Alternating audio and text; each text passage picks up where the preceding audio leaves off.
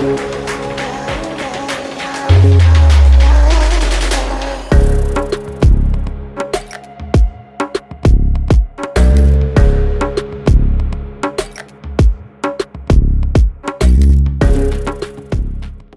to another episode of the RDR podcast, where we talk about all the nerdy shit you love or hate. We're your host. I'm Quentin. I'm Tim. And I'm Malik. And it is that time of the year, the grandest stage of them all, WrestleMania. Indeed. So, of course, we'll be discussing WWE's Hall of Fame, WrestleMania, and what we expect. Right now, it is Saturday. We're on day one of WrestleMania at the time of this recording, so nothing's happened yet, but we're going to give our thoughts. We'll also talk about solo leveling. Tim finally caught up, and we can discuss it. If you had your choice of any nerd collectible, if money wasn't an option, what would you decide? We'll give our thoughts and tell you what we will buy. I'm sure it'll be crazy. Marvel Rivals Season 2 dropped, and we'll have some thoughts on that. Tim's favorite game? Yep. Uh-huh. We'll also talk about what is a good length for a single-player game to be a good value. I'm sure we'll have some different thoughts on that. We all play different kind of games, so... Tekken 8 Diabolical Season 2 has dropped, and... A hot mess. Well... It's a hot mess. That's what Tim has to say about it. I'm sure he'll have more. Yeah. So, also, we'll dive into the new Fantastic Four trailer, which just dropped, and there's also a new Thunderbolts trailer. All right, so let's get right into it. WWE Hall of Fame. All right, so it was at 1 a.m. here on the East Coast. So It was 10 p.m. out there. Yeah, 10 p.m. Vegas. Well, Pacific time. Almost said specific. But so didn't really get to watch it. Yeah, I didn't watch it either. I did want to watch it. I thought it was going to be at 10 p.m. And then when I looked, I was like, it's at 1 a.m. I was like, that's not happening. But so the natural disasters were inducted. Michelle McCool, Triple H, Lex Luger, and the WWE immortal moment between Stone Cold and Bret Hart. What are y'all thoughts on this Hall of Fame class? Why is natural disasters in there? All right, let's get right to it. Why are they in there? Let's get right to it. I don't. Why isn't demolition in there yet? So, but when they announced the natural disasters, my first thought was why. I was like, why? Why? They have, and I just learned this yesterday when the New Day was on stage for the kickoff. The Natural Disasters have one tag team title reign. One. That means they are on the same level as the primetime players. And Primo and Epico. And Braun Strowman and the little kid. I was about to say that. And Braun Strowman and what was his name? I don't even know. I can't remember the kid's name. Was it one of the referee's sons or something like that? All right. So they have less championships than Jericho. So, there is... Probably and rated RKO. There's so many other teams that they could have inducted. Dude, I looked it up. They were only a team for 2 years. Yeah. Why are they here? I remember when, I think, Fred Ottman, I think that was Tugboat, if I recall. Shockmaster. Mm-hmm. I think he was the good guy, because I remember him when I was watching him as a kid. He was a Tugboat, I believe, and he was with Hogan. And I knew Earthquake was bad, because I remember Earthquake, obviously. And I do remember when Tugboat went heel to start the Natural Disasters, but I don't remember the run. I mean, it was 2 years. Yeah, right, there was way better tag teams at that time. The fact that they are on the same level as Primo and Epico shows that they do not deserve to be in the Hall of Fame. Yeah. At this point, it's a participation trophy. Yeah. I'm sorry. They didn't deserve. There's so many other teams that you could have inducted New Day. Yeah. Oh, they're definitely going to get in. Yeah. I know they're going to get in, but I'm just saying, like, New you Age could have did that Outlaws? now. Dude, so, okay. New Age Outlaws was originally who I originally thought. I was like, are the New Age Outlaws in? And I looked it up, and it's like, well, technically they got in with DX. That's part of DX. Yeah. But I feel like they were a better tag team than this. Yeah. Shit, they could have put the Brain Busters over Natural Disasters. Dude, you could have put Rock and Sock Connection. I agree. I agree. Like, when I seen this, I was just like, why? Like, instantly, that was my first problem. And I don't want to make this seem like we're disrespecting the Natural Disasters, because I actually liked Earthquake. I liked Earthquake a lot. Rest in peace, Earthquake. He's been gone for a while now, but still, just I'm But disrespecting them as a team, yeah. but not as wrestlers. they didn't deserve to be in the Hall of No. Fame. No, It's ridiculous. Over some people that they could have put in. Yeah. like Demolition. Oh, you could have Harlem Heat in there. Wait, they're not in? Yes, they are. Oh, they are? Yes. Well, then I am wrong. Okay. I apologize. Yeah, they got in. Oh, okay. Who Cool. Harlem put Booker Heat T got and Goldust over them. I enjoyed that Yeah. tag team. That was a great tag team. That was. Team Hell No.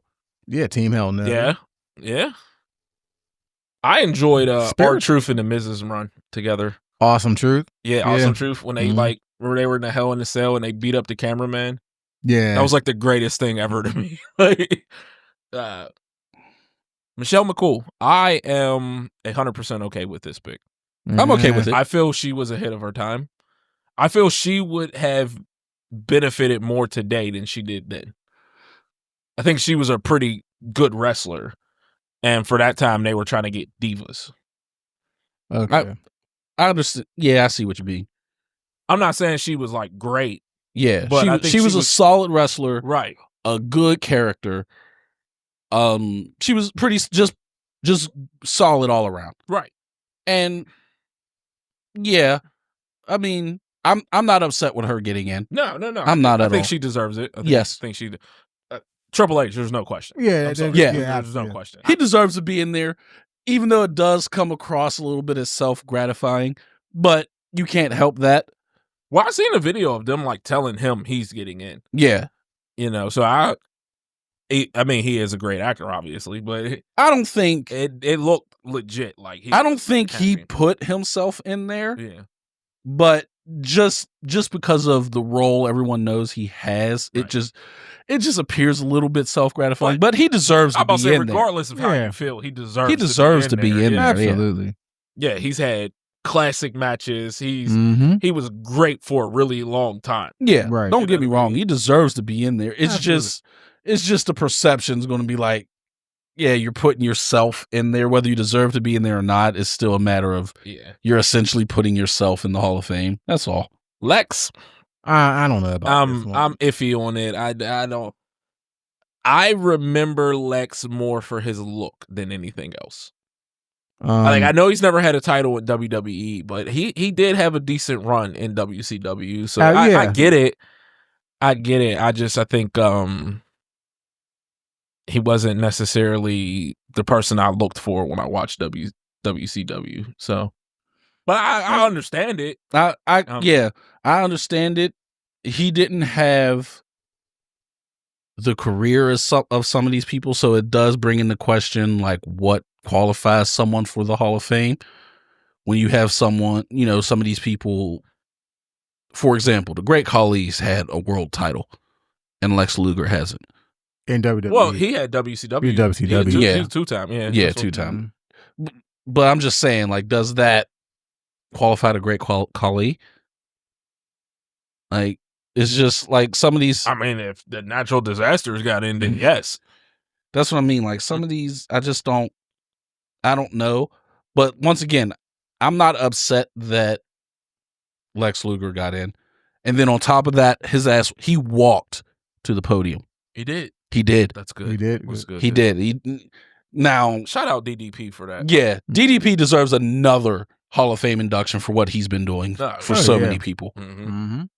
Like, DDP is doing incredible things. The stuff he did for Scott Hall, Jake the Snake, Lex Luger, and so many others. Like, he got Butterbean walking again. Yeah, he did. He's gotten so many people back on their feet that he deserves another Hall of Fame just for that, aside from his wrestling career. He's definitely doing good work. Yeah, he's doing great work. But it's Now, as far as Lex Luger go, the only thing I remember him in WWE was slamming Yokozuna. I'm about to say, I remember that. Yeah. And the Royal Rumble win with Bret Hart when they both eliminated themselves at the same time. They both won. But other than that, like I remember that. I remember the bionic elbow, or not the forearm thing. They tried to say he had like a metal plate in his forearm or something like that back when he was the narcissist. Yeah. Which was, I'm sorry, that is a great character. The narcissist? Yes. Yeah, absolutely. Yeah. There's so many people that I feel could do another rendition of that type of, like I said, I think character. I think he was good. He just wasn't the person that I looked for in WC. When I was watching WCW, I wanted to see the cruiserweights. Really. The cruiserweights and Sting was all I cared about for NWO, the most part. And, you know, of course, Sting, NWO. Right. So Sting, the NWO, and the cruiserweights. That's pretty much all it was for me. But I mean, if you look at the guy, like physically, he looks like he should be dominant. Well, you know what I mean? Yeah. But so, I mean, I get it. But it makes much more sense than the natural disasters. He ain't letting that one go. No, it was my first problem as soon as I seen it. But, and then I thought the torture rack was so cool as a kid. Torture rack was such a great fit. Yeah. That's one thing I definitely remember Lex Luger for. Every kid wanted to do the torture rack. I still put my sons in it. Yeah. It's a great finisher. Yeah. Like, it just looks good, and it shows I'm just that strong. Right. Yeah. Torture rack was a great finisher. Mm-hmm. The WWE Immortal moment. Great match. Damn right. Like that is a top tier match. Absolutely. Yeah, I mean, Stone Cold, Britt, you can't go wrong with this. And that pretty much all, for the most part, kicked off the Attitude Era. Mm-hmm. Looking ahead, like if they're doing moments that deserve to get in, I think CM Punk should be in for the pipe bomb. And AJ? I was about to say, and AJ should be in for the female pipe bomb. Same year. Mm-hmm. Same exact year. Were they the same year? I thought she was like a year. No, she might have been a year, but they should do it like the same year for the Hall of Fame. But no, I think AJ was like 2012. Scott Steiner should get in for the MAF promo. I don't care where he did it. I'm okay with that. And the fact that it's not happening. It was in TNA. Well, Braun just did it, so put him in for it, because I loved it. Sacrifice. Yeah, but yeah, I mean, it's an okay class. Nothing, other than Triple H. There was like no reason for me to be like, oh man, I gotta watch this one. You know what I mean? I feel like there were better classes. Now, I wasn't watching wrestling when Michelle McCool was wrestling. She wrestled in the late 2000s. Huh. Yeah, in the 2010s. Okay, because I think after WrestleMania 21, I didn't watch till like 25. So I did go back and rewatch a lot of the stuff from 22 and 23 and 24, but I didn't watch it because I was sick of the John Cena stuff. That's when Cena really took off, and I was just like, I'm done. So she was, if I remember correctly, she was the inaugural Divas champion. Yes. Yeah. Okay. So, so she was like like I said, she was a really good wrestler for that era, right? But they were trying to switch over to more of like the Divas era, right? It's like, okay, now it's about looks. We don't really, and need them to wrestle 45-second matches and yeah. Because when I started watching, it was around like 2011, 2012, and I think she was already kind of like done a little bit, and I think that's when she started being with the Undertaker. They started dating around that time, whatever. Yeah, they started having kids. So they have kids. I thought they had kids. Yeah, I think I'm one of those people. I don't get involved in celebrities' lives. Right. So. I was about to say I couldn't tell you, but yeah. So I mean, I was I didn't obviously get to watch it because again, 1 a.m. is crazy. That's wild. Why did you need to start at 10 p.m. in Vegas? Why couldn't you have started at SmackDown? 7 here or SmackDown. Oh yeah, SmackDown. I forgot. Yeah, my bad. They could have done it before SmackDown. Who's inducting the Natural Disasters in the Hall of Fame? Actually, I don't know if they had anyone induct them. It doesn't even say. It doesn't say. Okay. And this one, it doesn't say. I don't know. I don't even know if anyone inducted them. Yeah. If so, who isn't maybe Jimmy Hart can do it. What's his name still alive? Earthquake passed, but the other Tugboat's still alive. Yeah. Maybe. Or Typhoon, or whatever you want to call him, but yeah, he's still alive. But maybe I think Jimmy Hart was. If I were Jimmy Hart, he was the manager of the Natural Disasters. I know he managed Earthquake, so but so maybe Jimmy Hart could do it. Jimmy Hart's still here, obviously, but he was at Steel City Con, but 2 weekends ago. So yeah, maybe. Yeah, no, the foolish. Yeah, I don't know. I didn't see. Obviously, we didn't get a chance to watch it, but but congrats to all them guys, even the natural disasters. Yeah, well, Yeah, congrats to them all. Just yeah, just feel some people don't deserve to be in there. That's all. right. So, anything else on the Hall of Fame? No. All right, man. It's time for us to talk about WrestleMania. Give our predictions, give our thoughts, build up everything. But, and I'm gonna pull up the match list. the cards. Yeah. Here, I could pull it up too. So we can all look at it. Yeah. All right. Where are we? All right, night 1. What do we got? What's that? Jay and Gunther. Jay and Gunther. Jay's winning. Jay better win. Jay, it's time. Jay better win. Yeah, I think it's time for Jay. Yeah. I wanted him to win back during the early parts of the bloodline when he was feuding with Roman. And I wanted him to win back then. Yep. So I definitely want him to win now. Rey Mysterio versus El Grande Americano. I don't care. But I think Rey Mysterio wins and unmasks El Grande to show us it's Chad Gable. Yeah. So one thing that upsets me about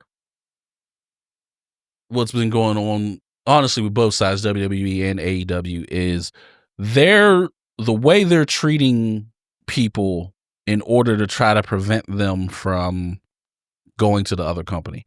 Like Chad Gable's contract was about to be up, and there was a very large amount of people that thought he was going to go over to AEW. Then they offered him a buttload of money and started to push him right as his contract was about to end. He re-signed, then he got pushed back as soon as he re-signed his contract. Right. They did the same thing to Natalya, and now she hasn't been seen in months. Yeah, which Chad Gable is a great wrestler. He is incredible. I think his personality is starting to flourish in his role. I think he's a much better heel than a face, and they could be doing such big things with him. But yes, but they just don't. I mean, let's we'll get through the matches and then I'll talk about some of this other stuff. All right. But we got the World Tag Team Champs, the War Raiders versus the New Day. That match should be really good. Yeah, I think it's the New Day. I think it's time for them to win. Yeah, and on top of that, if they're going to abandon Big E like that, they shouldn't be going by the New Day anymore. That it makes it seems like they're holding on to it. Yeah, right. As opposed to saying, "Hey, we're dropping this." They should have changed their name. They were hilarious on the kickoff show, by the way. They were hilarious.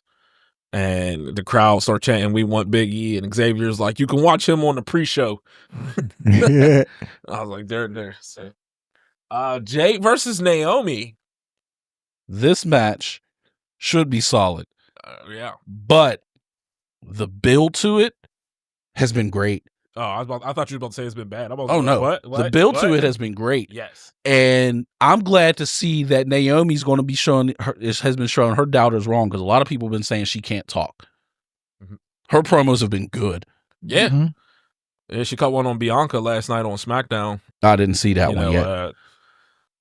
Was really upset at her about the whole basically abandoning her and choosing Jade, and it's great. Naomi's. I'm glad that she's getting her chance to shine on the mic, because everyone said, "Oh, she can't talk. All she has is a little bit of athleticism." No, she's good. All right, we got do you expect Bianca to get involved in the matchup, or no? I hope not. because Bianca's whole thing, and even last night on SmackDown, was I'm staying out of it. Okay. I'm staying out That's of it. what I'm saying. I hope not. Maybe she comes down to the ring, which causes a distraction for one of them. Right. But I expect not to. But then now that I'm looking at this list, I'm like, well, next up you have the U.S. Championship, LA Knight versus Jacob Fatu. And I'm like, I feel like it's Fatu's time. But I'm like, there's no way we're going to have 3 championships change one hands night on the first night, right? I mean, Triple H, he's all about taking these chances too. So like which maybe the War Raiders keep their championship, and it's like, okay, sure. Yeah, I could see the War Raiders keeping. But I feel like you gotta. But the New Day gotta do something, or else this heel turn has been pretty much pointless. Right, and I feel like you gotta push Jacob now. He's so over. He's so over. You got to do something with him. The Women's Championship, I think it'll be a great match, but Tiffany's keeping that title. I really don't care about this match at all. But would he rather Tiffany keep the title? Because we know how you feel about Charlotte. I honestly don't give a damn. It's going to be a great match, though. Nah. It's going to be. Charlotte always puts on great matches. Tiffany is meh as a wrestler. Yeah, I get it. But don't get me wrong. Charlotte can wrestle. Mm-hmm. Despite the fact that I'm not as high on her and as a lot of people are, she is a good wrestler. Don't get me wrong. I just think she's been pushed harder than her skills dictate. No. Like they were trying hard to get her to catch up to her dad in like a 2-year span. Yeah. Like that's what bothered me about her. Like they had her and Sasha flip-flopping the titles every other week at one point in time. So is Gunther and Jay opening the show? Because that's just as big as the main event. They're saying this is the projected order. Obviously, I don't know. I didn't read that part. Yep, projected order. If this is the actual order, or if this is just what Bleacher Report is assuming. We know, right? And I don't know if y'all remember, I said after the Royal Rumble, you can't have a match with Roman Reigns, CM Punk, and Seth Rollins, and it not be the main event over Jey Uso. Yeah, I said that at the Royal Rumble before I even knew this is where they were going, and so of course that's the main event. Yeah, okay, but one thing, people got to stop hating on Jey Uso. Oh my god, I do. The hate for him hate the wrestling is terrible. Mm-hmm.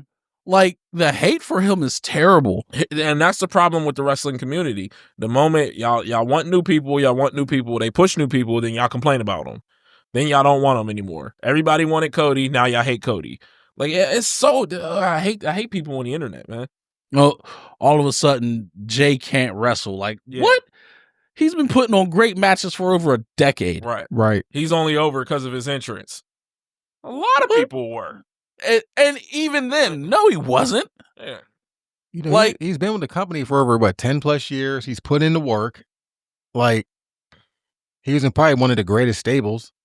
Yeah. In the bloodline. So like one of the greatest tag teams. Arguably one of the greatest tag teams ever. Right. That's what I'm saying. So he's put his time in. Like let this man shine. And it's not like there's literally nothing that's a glaring weakness for him. He can deliver on the mic. He can make you laugh. He can make you feel. It's not like there's some people that can only get you to emote one direction. I can only get you to hate me. I can only get you to laugh. I think the problem is people, when you think of like the World Heavyweight Championship, they instantly like, oh, well, he's not as good as Cody Rhodes on the mic. Like, okay. You know what I mean? Honestly, I'd say that's debatable, in my opinion. Cody Rhodes is great on the mic. Cody Rhodes is really good. But Cody Rhodes, though, for me, is strong at conveying emotion. Like he went at John Cena last night. I didn't see that. I didn't watch SmackDown last night. Great. My whole thing is I just see more range out of Jay in his promos. Like you get promos from Jay where you're cracking up. Yeah, you get promos from Jay where you're emotional. What I'm saying is if you put Jay on the mic against John Cena, he's going to get absolutely destroyed. There's no question about it. Cody Rhodes has held his own. And even beat John Cena in some of these back and forths they've had. You're not going to get that out of Jay. You know what I mean? So, and I'm not saying Jay's bad on the mic. You know, I think he's good too, but people always want to be like, well, you have to be here. And it's like, no, you can be here and work your way there. Right. You know Brock Lesnar said nothing. Brock Lesnar just looked like a beast. Yeah, and, but except for his legs were this big. Yeah, but my whole point is you can't sit there and say you have to have mic skills when Brock Lesnar said nothing. Great Khali. I'm not even counting him. They pushed him, but that was a money. Mm-hmm. That was a money decision. Look at all the Japanese wrestlers. Yeah, barely talk. They barely talk. You know what I mean? So yeah, I mean I get it, but I agree 100%. The Jay Hates needs to stop. He deserves to be here. Yes, he has the entire crowd yeeting with him. Yes, right. I'm at home with my sons. We're doing it. Like, come on, man. You just quit the hate. But let's go to night two. Night two. Yeah. Oh wait, who do we feel who's going to win the Roman Reigns Seth Rollins match? Honestly, I can't call that one. And honestly, I don't care. I felt the build to this match was kind of forced. And it's been pretty mediocre in my opinion. I don't know. The double curb stomp was dope. That's a spot. Yeah. I'm just talking about the start of it. Yeah, but the build to the match is just kind of... Seth has a hate boner for CM Punk. Okay, cool. Seth's hatred of Roman Reigns is kind of overblown. Well, Roman hates Seth because of the Shield and costing him the championship. But I'm just like, all of this time later, now you're getting on that. Have you been watching like Raw and SmackDown though? Like the whole Paul Heyman thing?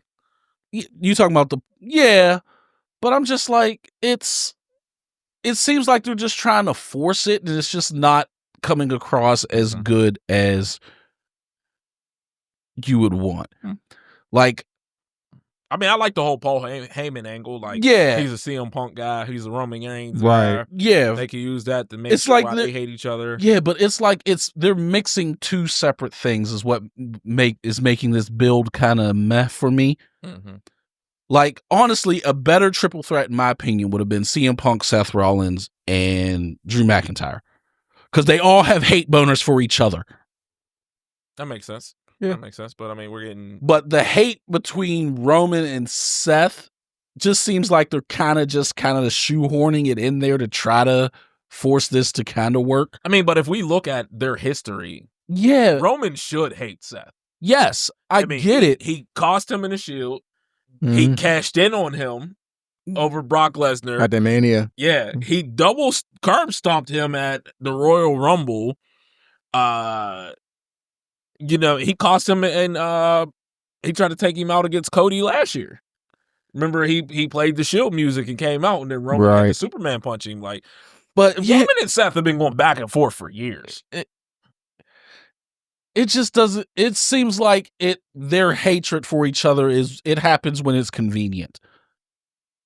But they keep it in their back pocket. I mean, yeah, it's wrestling. It's everything's convenient. But yeah, I agree with that. But like Seth and CM Punk, their hate boner for each other has been going on constantly since CM Punk came back.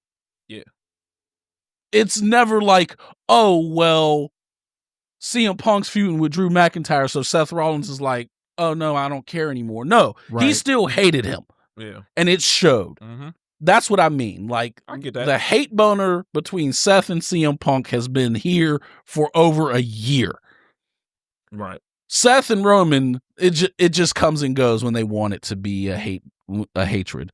That's my only thing. Yeah, no, that's fair enough. This is still going to be a good match. I just felt a great match. I just felt the build to it was just kind of mediocre. Well, we got to see what Paul Heyman does because he owes them all favors. So, but that's all I had about. Well, I'm gonna take Punk off of that. I'm picking Punk to win this match. Picking Punk? Yeah, he get his he get a main event. Yeah, get his moment. I'm acknowledging the OTC. Oh, now you do. Oh, you know what? Yeah, now you do. I've always acknowledged him since he became the tribal chief. We're not going to talk about 2015. That was 10 years already? No, 2016. It was 16. But What was that? When Roman beat him up. Oh. He forced you to acknowledge him. Yeah. I got up. I'm gonna pull that. I think I might pull that clip up one of these days and just show it on the podcast, just cause. All right, on a night 2. So that we could discuss more about WrestleMania. All right, we got the Women's World Championship triple threat. Io Sky, Bianca Belair, and Rhea Ripley. I'm going to have more to say about that after we get through this full card. Okay. But, to me, I got Bianca. Yeah, I agree, because Rhea had the moment last year. Yeah. Bianca wrestled, I can't think she wrestled last year. Wasn't it the Asuka, if I recall? And they were because Bianca had the belt last year, if I recall. I don't remember last year. I don't think. Or was it 39? Or was it 39 then when she went? Okay. Yeah, I'm good. Yeah, because Rhea won it last year over Charlotte, if I recall. Mm-hmm. And then, yeah, I'm going with Bianca on this one. Okay. AJ Styles versus Logan Paul. Logan Paul. Logan Paul's probably going to win. I think they're going to give Logan this I win. don't care about this match at all. I don't care about it at all. And which is sad because I love AJ Styles. Yeah. And Logan Paul's a great wrestler. Yeah. You know, he's shockingly good. I don't care about this match. I don't care about this match at all. The women's tag team championship, Liv Morgan and Raquel Rodriguez. Raquel. I can't Raquel. talk. We know you talking. Raquel. Raquel, yeah. Versus Bayley and Lyra Valkyrie. I like Liv Morgan a lot, so I'm going with Liv. I don't see them putting 2 titles on Lyra right now. They barely even use her for her IC run. Well, they've done nothing with the IC or the US titles, which is a shame. So the US title has been defended just a little bit more. Like, she's been on NXT and defended it. She's had a few matches here and there, but like I don't think Lyra has defended hers at all. Maybe once. I don't know, but I'm just like they made these titles and have literally done nothing with them ever since. Yeah, the Intercontinental Championship Fatal 4-Way: Braun Breaker, Penta, Finn Balor, and Dirty Dom. I think it is Dirty Dom's time. I'm torn between I think it's Dom and Braun. I think Braun's going to keep it, but this match should be really good. If Braun keeps it, Dom needs to win Money in the Bank.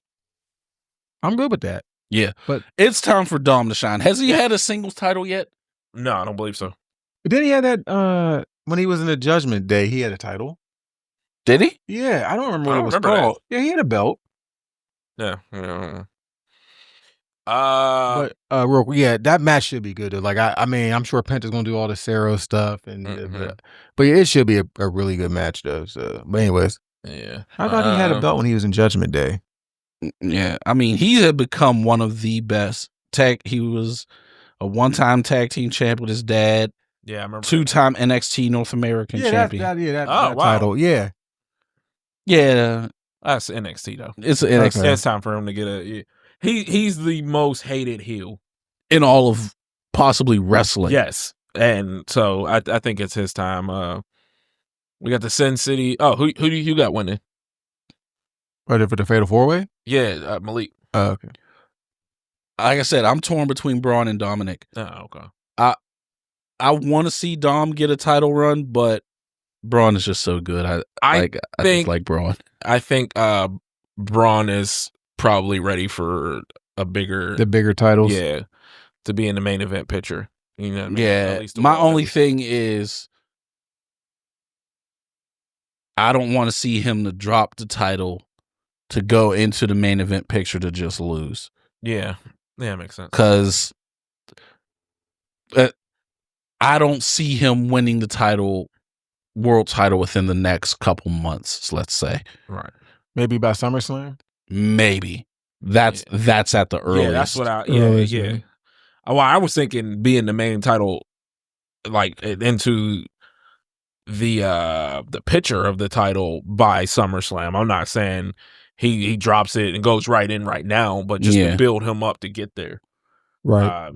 See, I think a more dominant run with his Intercontinental title will help propel him. But look at Gunther. He dropped it and then won the world. That's what I mean. Yeah. Because he had that historical run with the Intercontinental title. Yeah, that's true. Dropped it and immediately was like, all right, I'm world title contender. Yeah. So the Sin City street fight between Drew McIntyre and Damian Priest. If you want to talk about forced buildup, yeah, I was about to say that one was forced. I don't care about this one either. They've been fighting everywhere, and I get it, but I'm like, it's so like they fought at the pre-show. I seen a video of Drew Damian Priest at his like signing with fans, and then Drew walked up and he chased him out there. I'm like, this one kind of feels forced because Drew McIntyre seems like he was still stuck on CM Punk. Right. And now it's like, boom, Damian, bisexual Undertaker. Let's take him on. Like, and it's like, where'd that come from? Yeah, this build has been kind of forced as well, and of course the main event. John Cena shouldn't win. He probably will, but I don't think he should. So I like to do predictions based off of who was the last person standing on SmackDown or Raw.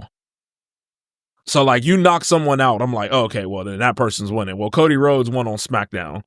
So now I'm like, oh, John Cena's winning. Gonna win it, yeah. You know what I mean? But, we got to wait and see. I think that'll be a good match. I think it'll be a really long match. I'm okay with either one who wins. If Cena does win, I want the title hero one to be great. Right. So, so I'm okay with that if he gets the win. So, we all put in our predictions and stuff, right? Mm-hmm. So, my first problem with WrestleMania. Last night on SmackDown, they had a tag team title match between Motor City Machine Guns and the Street Profits. And DIY interfered and ended the match. So they made a match, a TLC match for the titles next week on SmackDown. Why isn't that a WrestleMania match? Yeah. I would much rather watch that than AJ Styles versus Logan Paul. Or the Sin City street fight. The Sin City street fight. What other match? Go back to night one. The other tag team title match. Yeah. War Raiders and New Day. Yeah. Or Rey Mysterio and El Grande Americano. I would rather watch that match than any of those matches. So I don't understand why this isn't a WrestleMania match. That's you're having a TLC match on SmackDown? Yeah. That's a WrestleMania worthy event. Like, right. Like I don't understand that at all. That's a head scratcher. I don't know. Y'all didn't watch SmackDown, did y'all? No, I didn't watch it last Carmelo night. Hayes won the Andre the Giant Battle Royal, which used to I did be see that. on WrestleMania. Yeah, that didn't need to be on WrestleMania. Because it doesn't. It was literally there just to get everyone on there. Yes. So, but it doesn't need to. It came because it doesn't lead to anything. It came down to him and Andrade.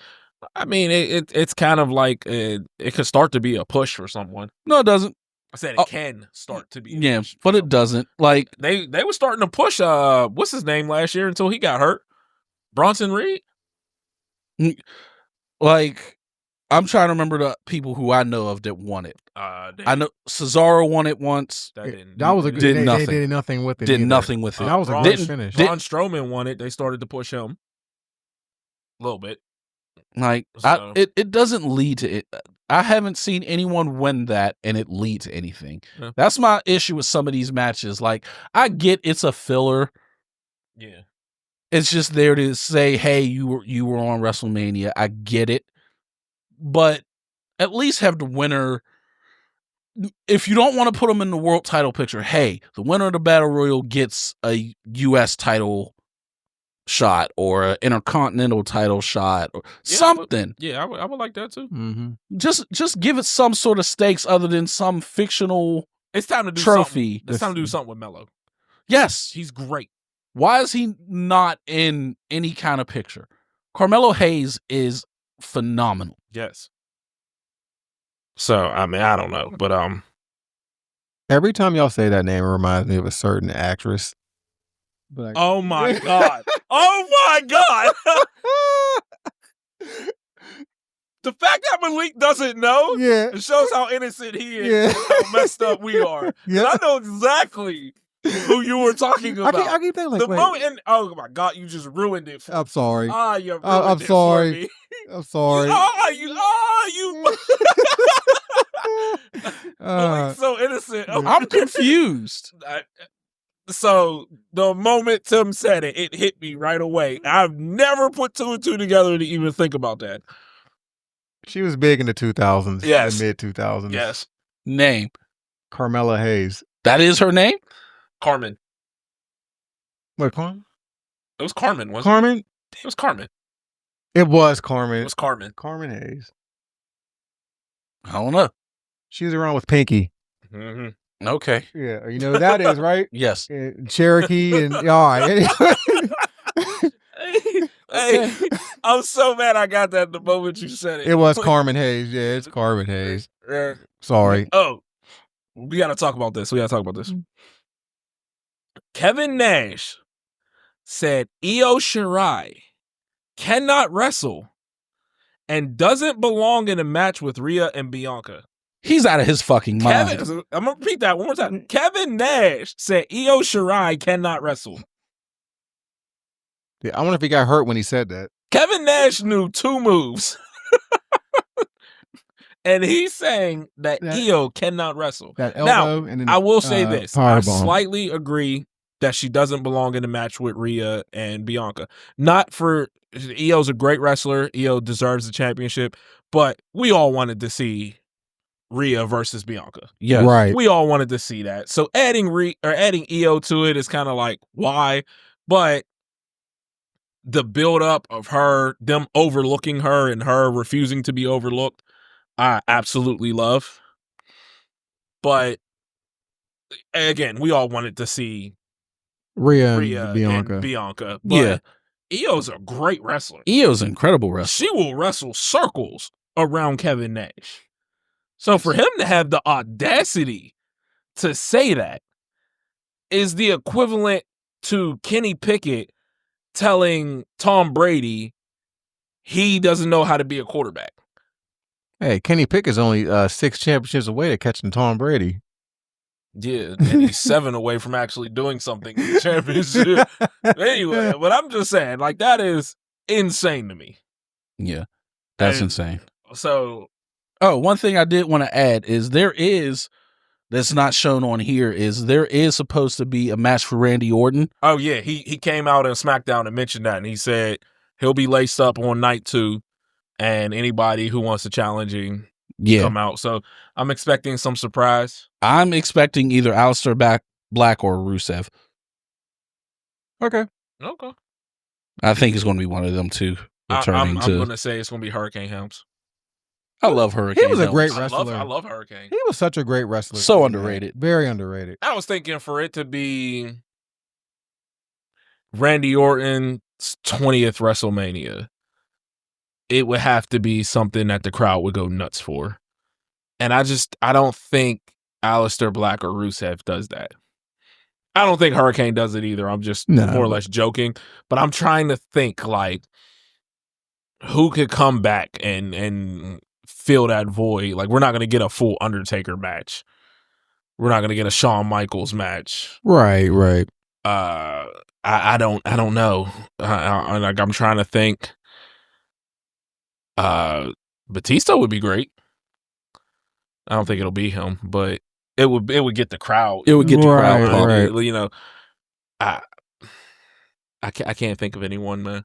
What about Dolph? Because the crowd would go nuts if it was Dolph, I think. Yeah, that'd be a good one. But I don't see that happening. I think Batista would be a way better pick, but Joe Hendry. I wouldn't be opposed to that, Joe but Hendry, you know, if he shows up on WrestleMania, that would be insane. Yes, I think that would be great if you're just sitting there and you say his name, and I think the crowd will go absolutely completely nuts. Insane. Yes, so I agree. I don't see it happening, but that would be insane.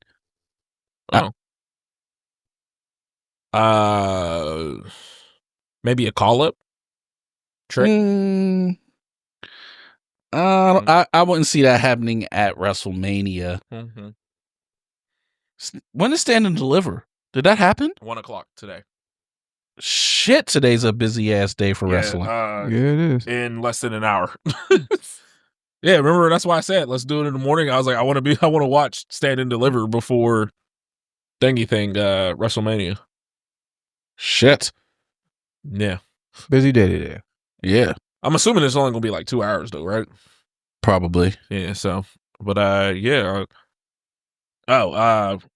Jade and Naomi is the first women's match without a title since Tori Wilson and Candice Michelle's Playboy pillow fight in 2006. Oh, wow. At WrestleMania. Wow. That's insane to think about. That is insane to think about. I was still in high school. So I just was able to start drinking. No. Yeah, my daughter was 1. I was a junior in high school. Yeah. So but I mean, women wrestling has come a long way. Yes. And I think the build up to this was great. I think Mm-hmm. Heel Naomi is doing wonders. Right. And I think them taking that time to Jade's hurt to retrain her, I think is Right. was great. Mm-hmm. And I think it helped the aura, the mystique of Jade. Yeah. Right. So who actually trained her over in WWE? I don't know. Okay. She's been going down to NXT. I do know she's been going there a little bit, but she's also been training with Ricky Starks. Okay. Wes. They look nothing alike. That is the North American champion. I don't know why he keeps saying that Wes and Ricky Starks look alike. I They love look his nothing pose. alike. Yeah. I hated it at first. Now I just love it. Like, especially when he does it with the championship. So Yeah, they dropped the ball with him over there. But anyways, at what? I would have did more with At him. AEW? Yeah, they could have did more with him. But I can't say he dropped the ball with, like, he had multiple title runs. He had multiple title runs. no, well, he had the he did that FTW thing. He did FTW. He had the TNT. I remember the team. I know he was MJF's like first feud when MJF won the AEW title. That was He had the tag titles with Big Bill. Wait, he did? Yeah, he lost them to the Young Bucks. Now he's the Oh, I fastest in remember that. NXT history to win gold. Oh wow. Like they pushed him. They pushed Ricky Starks well. He won the Owen Hart I remember thing. that. I remember Adam Cole and Britt Baker winning. Yeah, then the next year it was him and Willow. Oh, he was the guy. He's one of the guys won. Yeah, Willow went in the women. Yeah, it was him and Willow, and that's when he turned heel. Remember, he beat Ricky Steamboat with a belt. All right. Yeah. Okay. They did a lot with Ricky Starks. All right. Well, I didn't watch too much of him in AEW, but I'm enjoying him in NXT. Yeah. Yes, I I think he's really how's good. Ethan Page doing over there? And great. Because they messed him up over in They AEW. dropped the ball with yes, Ethan they did. in NXT or in AEW. Yes, they did. Because I ain't big on people that just scream all the time, but I like when he screams though, when he does his promos because they're more believable and stuff. It isn't like was it Roderick Strong? Roderick Strong is just ridiculous. So anyways, off topic there, but go ahead. It's weird because like NXT, I've been watching a lot lately. Like I'm fully invested in NXT. Like this is the first SmackDown I watched in weeks. I don't know. I can't commit 3 hours to it anymore. Yeah. So it's like 3 hours. I see it, and I'd be like, nah, never mind. But like NXT, I've been fully invested every single week. Their tag teams have more aura than the tag teams on SmackDown. Outside of the big three on SmackDown, DIY. Street Profits and Motor City. But like they have this tag team Hank and Tank. I don't know what it is about them, but like I enjoy watching them, and they've been losing a lot lately, and then they went on a crazy run to get a tag team title shot in like this gauntlet match, which it was kind of obvious. You're like, oh, they lost to all these teams and now they have to go through them all in a gauntlet match, and they did. But some of their teams like their tag champs I don't get though. It's like one's a luchador and the other's not. Oh, Fraxium. Yeah. They're good. I don't understand them as a team. What happened is they got kind of thrown together. It was kind of like a Team Hell No type thing. Okay. You threw these two people together, but then they clicked. Okay. Well, clearly they've been showing like the little breakup between them coming. Okay. Because they keep like disagreeing on like different things lately, and like one person will like shake a person's hand and the other one's like walking away mad or Right. whatever. So I'm like, I guess they're going to drop the tag titles, the Hank and Tag, so guess we'll have to see what comes next for them. But I don't know. There's a lot of people in NXT that I think could thrive on the main roster. Yeah. And speaking of, Miss Parker better win the title today. I love Miss Parker. So fine. Oh, man. But yeah, they have she has a 3-way and 4-way for the title, and I hope she comes out on the end. Jordan Grace is in that match too. Yeah. That's Jonathan Gresham's wife, right? Yeah. Okay. What happened to him?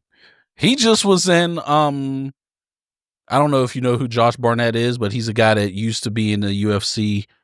Okay. And now he runs a pro wrestling promotion called Bloodsport, where they do almost MMA style wrestling matches. Like there's no ropes. They take the ropes off the ring, and it's just very technical and think Japanese strong style, but with none of the running the ropes or anything like that. So it's very technical based. Like they just had Jonathan Gresham versus Zack Sabre Jr. Oh, all right. Have you seen NXT do that? Yeah, they do the underground. Yeah, they take the ropes off. Yeah, that's basically their version of Josh Barnett's Bloodsport. Josh Barnett's been running it for several years now. But that's the thing he does, and what's crazy is now that Triple H is in charge, he's been letting some of his guys go. Like he let Natty go. Natty was there, and she just went against someone. William Regal's son, Charlie Dempsey, he was there. Like those shows are pretty darn good. Okay. I'm gonna have to check it out.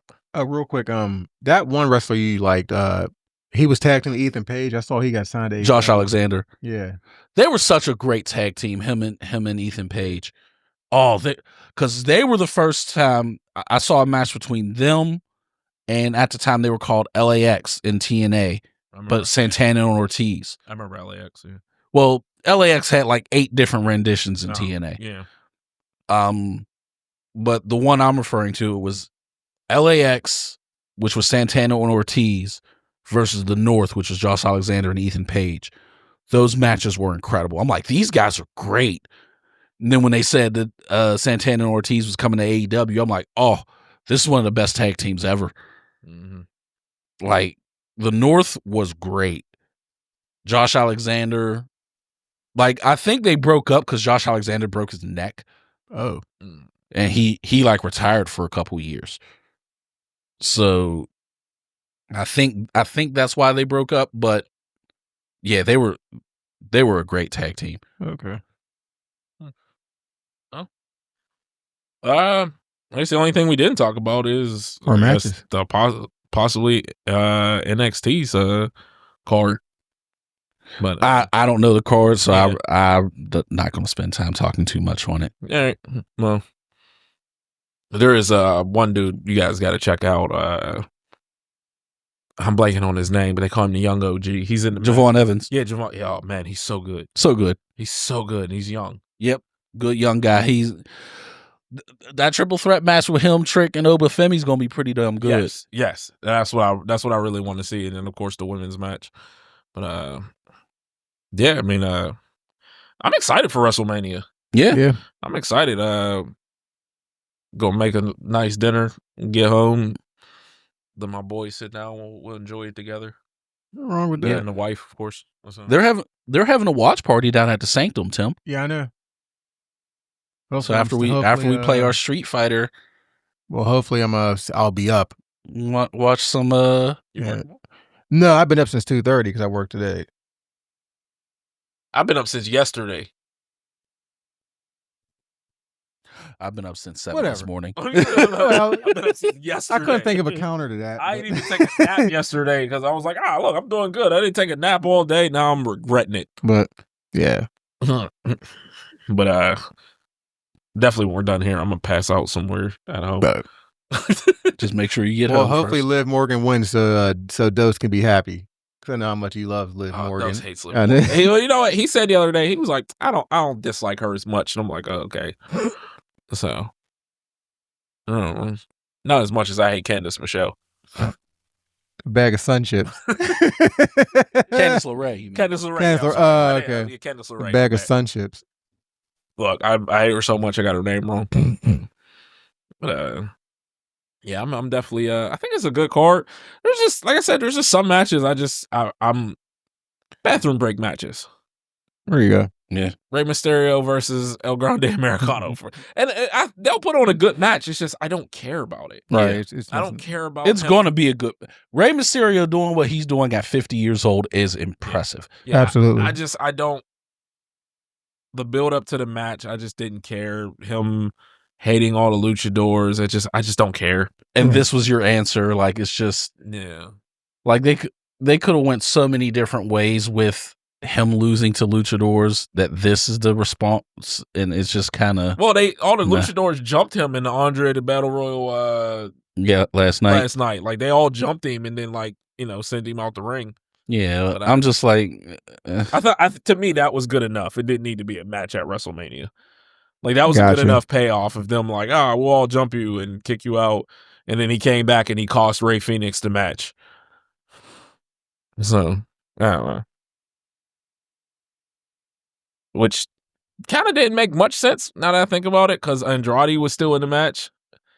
And it's like, you kind of should have cost him too. Right. So, Andrade doesn't wear his mask anymore. Yeah, but I mean, he's still basically a luchador, just without the mask. Yeah, sure. Right. So, I don't know. And he was one of the ones that was helped beating him up. So. Well, yeah, I'm can't wait for the night. I'll get some rest beforehand so I can stay up and make it through it all. Yeah. Otherwise, LA Knight versus Jacob Fatu, I might be knocked out for. I'll sleep through Tiffany Stratton versus Charlotte. Yeah. I'll never sleep through the Queens matches. Anyway, segue. Anything else? No. Let's segue into our favorite WrestleMania matches. Yes. Indeed. It's a perfect segue. Yes. This is. So I'll spark mine off. I have mine in no particular order because there's no way I can whittle this down to a top 5. No way. You want the honorable mentions first? Sure. Yeah, we can start off with honorable mentions. Mm-hmm. Do you want me to just rattle off all mine, or? Yeah. Okay. My honorable mentions. This one I did have to put at the top of my honorable mentions because of its significance. Daniel Bryan versus Kofi Kingston. At 35? Yep. Like it literally got moved out of my top 5. Mm-hmm. Because there was just a couple more matches where I'm like, yeah, I can't put those below this one. Right. But we know how big that moment was for us. And, for him and just It's also in my honorable mentions. Yeah, same. Yeah. Stone Cold versus Bret Hart, WrestleMania 13. We'll be comparing notes or something. Oh no, I'm just rattling off all mine. Yeah, I feel like it's like we talked about this and like I feel like. Oh, what, you have that as your honorable mention as well? Yeah, you already get 2 of them already. It's a great match. It was a great match. I also have it as your honorable mention. Yeah, it's a great match. It's a great match. Bianca Belair versus Sasha Banks. Again, 3 for 3. What WrestleMania was that? That was WrestleMania 35. Oh, okay. And I have that in my honorable mentions for that reason, and what it meant. Yeah. So it was a great match. It's a great match. Yeah, so. Shawn Michaels versus Ric Flair. 24. Great match. I didn't think of that. I don't know which one. It was 24. It was 24. When I'm sorry. I love you. Sorry before the super kick. Oh, yes. That was such a beautiful match, man. Taker versus AJ Styles. Their little cinematic match. Okay, yeah. For Taker's retirement match. That's a good one. That was a good cinematic match, especially considering, it was in a pandemic and They were limited in what they could do. That was a great way to send off The Undertaker. Right. And my last honorable mention, Bret versus Owen. 10. Good one. That's a good one. Yes. Good one. So, I mean, you rattled off 3 of mine. Yeah, same. I have Bret Hart versus Shawn Michaels, the Iron Man match. 12. Okay. For 12. Okay. Yep.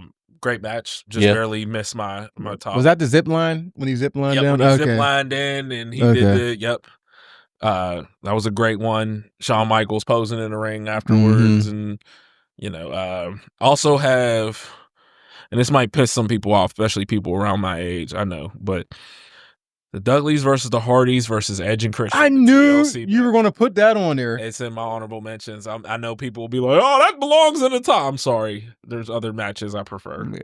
That was a great match. Both of them was. Yeah. I know. I wouldn't disagree with anyone who has it in the top.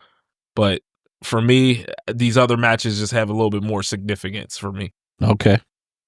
Malik has it in the top.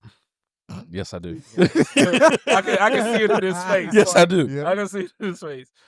So, what you got? Oh, well, since Malik already did 3 of them, I got Angle and Brock at WrestleMania 19. I thought about that. I thought about that I thought about it, but I was like, I don't want to put Brock Lesnar. I love that. They worked. I think that was outside of Eddie. Yeah. I think that was Angle's best worker. I mean, you could put Benoit on there too, but I just like the way him and Brock worked, and Brock did the shooting star press fail. He almost killed himself. Yeah. Land on his head. Yeah. Almost killed himself. Yeah. What's crazy is he's landed that multiple times before then. Yeah. That's why he told him to do it. But I think Angle was a little farther out. No, he slipped on the rope. Oh, he did? He slipped flipped, and but he couldn't get a good lift jump. And then Jericho and HBK at WrestleMania 19. Oh, okay. I didn't think of that. Yeah. I didn't think about that one. The build up for that was good. Yeah. That's the one where he punched his wife. I don't know if he punched his wife. I remember Jericho kept doing the sweet chin music on purpose to make him mad. I remember him doing that. Yeah, I remember him punching his wife. That's when Jericho was like started to talk, the real slow talk, right? When he would do his promos. Like HBK and stuff?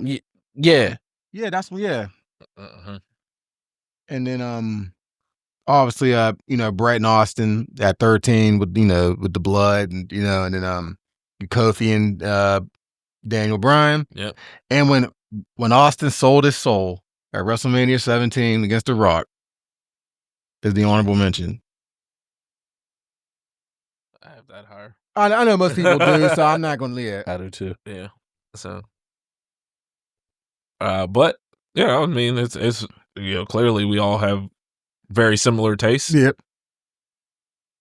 But all right, want to get into our top 5? Yep. Yeah. I'm gonna start off with one. I think maybe y'all have it, maybe y'all don't. But Razor Ramon versus Shawn Michaels ladder match. I thought about that title. I thought about it. I love that match. That was a good match. I've watched that match so many times. I was like, it has to go in my top 5. Put the ladder match on the map. I'm not. Yeah. I'm not mad at that. Yeah. I'm not upset with that being in the top 5. It's not in mine, but I'm not mad at that. What you got? And then Brett at 10, WrestleMania 10. Yeah, like I said, I had that in my honorable mention, so that's a good match. Yeah, it was the same WrestleMania. Yeah, it was. Yeah, but the ladder match was my favorite. Right. And Brett wrestled twice that night. He did. Yeah, because he let Owen get the win, and then he main evented against Yokozuna. Oh, okay. In that WrestleMania, I believe. Yeah. If this is not on your list, Tim, I'm gonna be shocked. Steamboat versus Savage. It's on there. I figured this would be on there. Steamboat versus Savage was such a great match. No, how in the world I forgot to mention that match? I love that match. Yeah, that match it's so on good. there. It's a great match. Yeah, so that's on me. I don't have it, and I should. All right, I'll go to my next one. Rockin' versus Austin, WrestleMania 17. Yep, Austin sold his soul to the devil. Yeah. I have it on my list too. Vince McMahon coming out in all black with the ring. Everything about that match, like you thinking like Vince is coming out to help Austin or The Rock. And then he switches it and does it to Austin. And I love the way they finished it. Like, he beat the hell out of The Rock with the chair before pinning him because The Rock kept kicking out. So it didn't it made The Rock look strong. Yeah. So yeah, I absolutely enjoyed the hell out of that match. It's definitely in mine. All right, don't get mad at me, but I have to put this on there because I actually really like this match. Hogan versus Rock at 18. It was a great match. Okay, I thought you was going to jump. I wasn't going to put WrestleMania 6. I was going to put 6. The only reason I didn't put it in there is because fuck Hogan. I agree, but the only reason it's not in mine, but I agree. Match. I love the match. That crowd was unbelievable. Yeah, the crowd made that match. Yeah. And then the fact they had to switch heels through the match because Hogan was the heel in the match. And then once he started hulking up and everything, the crowd was behind him. Yeah, and that's when I was a Hulk maniac still, but we know he's a horrible human being. Yeah. But the only reason I don't have it is because fuck Hogan. Yeah, but that if I'm going off like if Hogan wasn't the piece of shit that he is, it would have made my top 5 list. Yeah, of course. It would have made my top 5. It would have been an honorable mention. But yeah, that match was it wasn't from a technical, it wasn't super great, but it just like I said, that crowd just made it. Yeah, made that whole match. I agree. The crowd made that match. Yeah. Good. I'll finish up.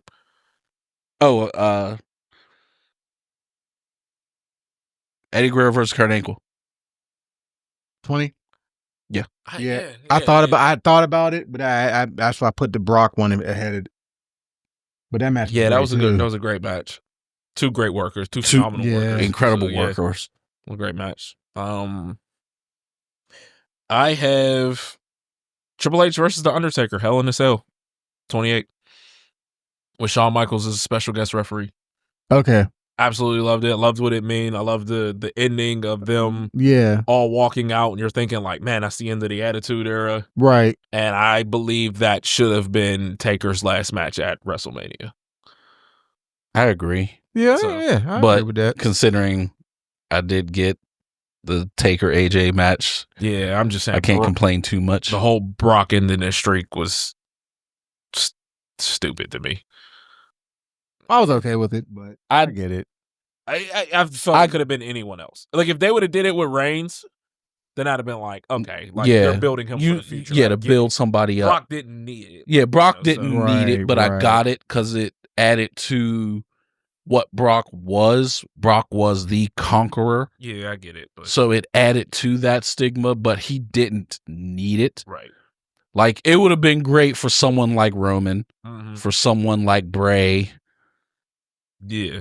So like, and real quick, damn it, I said a brain for it. Shit, what match we were just talking about? And Roman Reigns when he beat Undertaker at WrestleMania 33, the next night on Raw, what Roman said was great. He was this is my house, my house, my yard. He just dropped the mic and walked, and I was like, that was great. Yes, that was great. Yeah. That's why he should have been the one to end it. Yeah, you know what I mean. But then I also have last year's main event. Roman Reigns versus Cody Rhodes for undisputed title, WrestleMania 40. That match was so overbooked at the end. It was ridiculous, and I loved it. Don't get me wrong. I loved how ridiculous it was. Yeah. But it was ridiculous. But the reason it makes my list is more for the moment than the match itself. So this was the first WrestleMania I really got to sit down and enjoy with my sons. Okay. So, you know what I mean? Like, Sai was old enough to understand who his favorite wrestlers were and to, like, really enjoy it. And, you know, Dose was already into it. So it was like that moment, me and my sons, and gotten to see them happy that Cody won. I was like, that it has to be in my top because of, you know, just that moment of being there with them. Yeah, I get it. I unfortunately have not had that type of situation. Wes liked wrestling, but not all like that. And Mikhail doesn't like it at all. And it was overbooked at the end, but they held a hell of a match. Oh, yeah. Like, you know what I mean? Up until that point. I mean, I enjoyed it at the end because it was like the nostalgia of the 90s. Yeah. Undertaker, Rock, Cena, you know, Seth Rollins, Jacob Fatu, like, not Jacob, I'm sorry, Solo Sikoa. Like, it. So I enjoyed the craziness of it at the end because it took like all of that for Cody to win, and then just a moment of like Brandy, right? Yeah. his wife's name. Yeah, Yeah, coming Brandon. in the ring and like Yeah. celebrating with him, his whole family. He went around and he hugged every single cameraman. Yeah. I was like, that is dope. Like, Right. so just that moment of like, you know what I mean, build up. And I've been a Cody fan since Dashing Cody Rhodes. Right. So I've been a Cody fan for about that long too. Because as soon as I found out that no matter what they gave him, he was going to make it work. Right. That's when I became a fan. That's what I'm saying. So for him to finally get that moment, I thought, you know, what I mean? Absolutely. And like I said, my kids love it. I think Cody has the best music in WWE. I sing along every time it hits. It's literally about his life, and it's dope. Yeah. So, you know, just that moment, I was like, this has to be in my top. But Not mad at it. yeah, what you got? Number 3, Savage and Steamboat at 3. WrestleMania 3. Like you said, like Malik said, it was just a great match. And the crazy thing is everyone was so hyped over the Hogan and Andre the Giant match. And it completely outshined it. Absolutely. Yeah, completely outshined it, yeah. Shit, even the Roddy Piper versus Adrian Adonis hair match was better than Hogan and Andre the Giant at WrestleMania 3. I mean, I don't know really what we expected. You know, Andre was past his prime. Yeah, he couldn't barely move. Great, you know. So. Right. But just the match was still, like you said, they just worked. Like, they just worked. Like, you know, even like, you know, George Animal Steel got involved in the match, but even he just worked. They just worked. And it was just a good match. It's good. What you got, Malik? Oh, I already did my 3. Oh, we're on 2 then. We're on number 2. Go ahead, Tim. Give me number 2. Oh, this is the match that actually got me back into wrestling. So after I told you I didn't watch for like 4 or 5 years. WrestleMania 25 comes along. My friend Justin goes, hey, you should come over and watch WrestleMania. I was like, I'm not watching this crap. I'm done. I don't want to see John Cena. He's like, cool, man, it's the 25th anniversary. I said, all right, fine. There were some good cards on that match. First time I saw CM Punk wrestle. This is when John Cena did the double AA on Edge and Big Show. I remember that, yeah. But then I watched Taker and Michaels at 1. And I was like, wow. WrestleMania 25? Yeah, man. I was like, okay, you got me back in it. That's my number 1. I mean, everyone should at least have that in their top 5. It's my number 1. Like, I just couldn't believe how good that. It's such a phenomenal. Yeah. First of all, even before the match even started, the build, Shawn Michaels coming down, as like the angel to the darkness was phenomenal. Like, and they worked together for years before this match, which is so. It was just, I was just like the contrast of him wearing the white and gold to Taker's black, like it. Dude, the match, and then it wasn't a it was just a regular match. There wasn't like there was nothing on the line. Stipulation. There wasn't like, but no, what I'm saying is it wasn't like a hardcore match or nothing like that. It was a regular match. Yeah, and they were phenomenal. They just worked and just killed it. Just killed it. It's my number 1. And in Taker's face when Michaels kicked out and whatever tombstone. Oh, when he was laying on him, he was just like. Yeah, I'm like, bruh, just countering in the Sweet Chin music. It was just.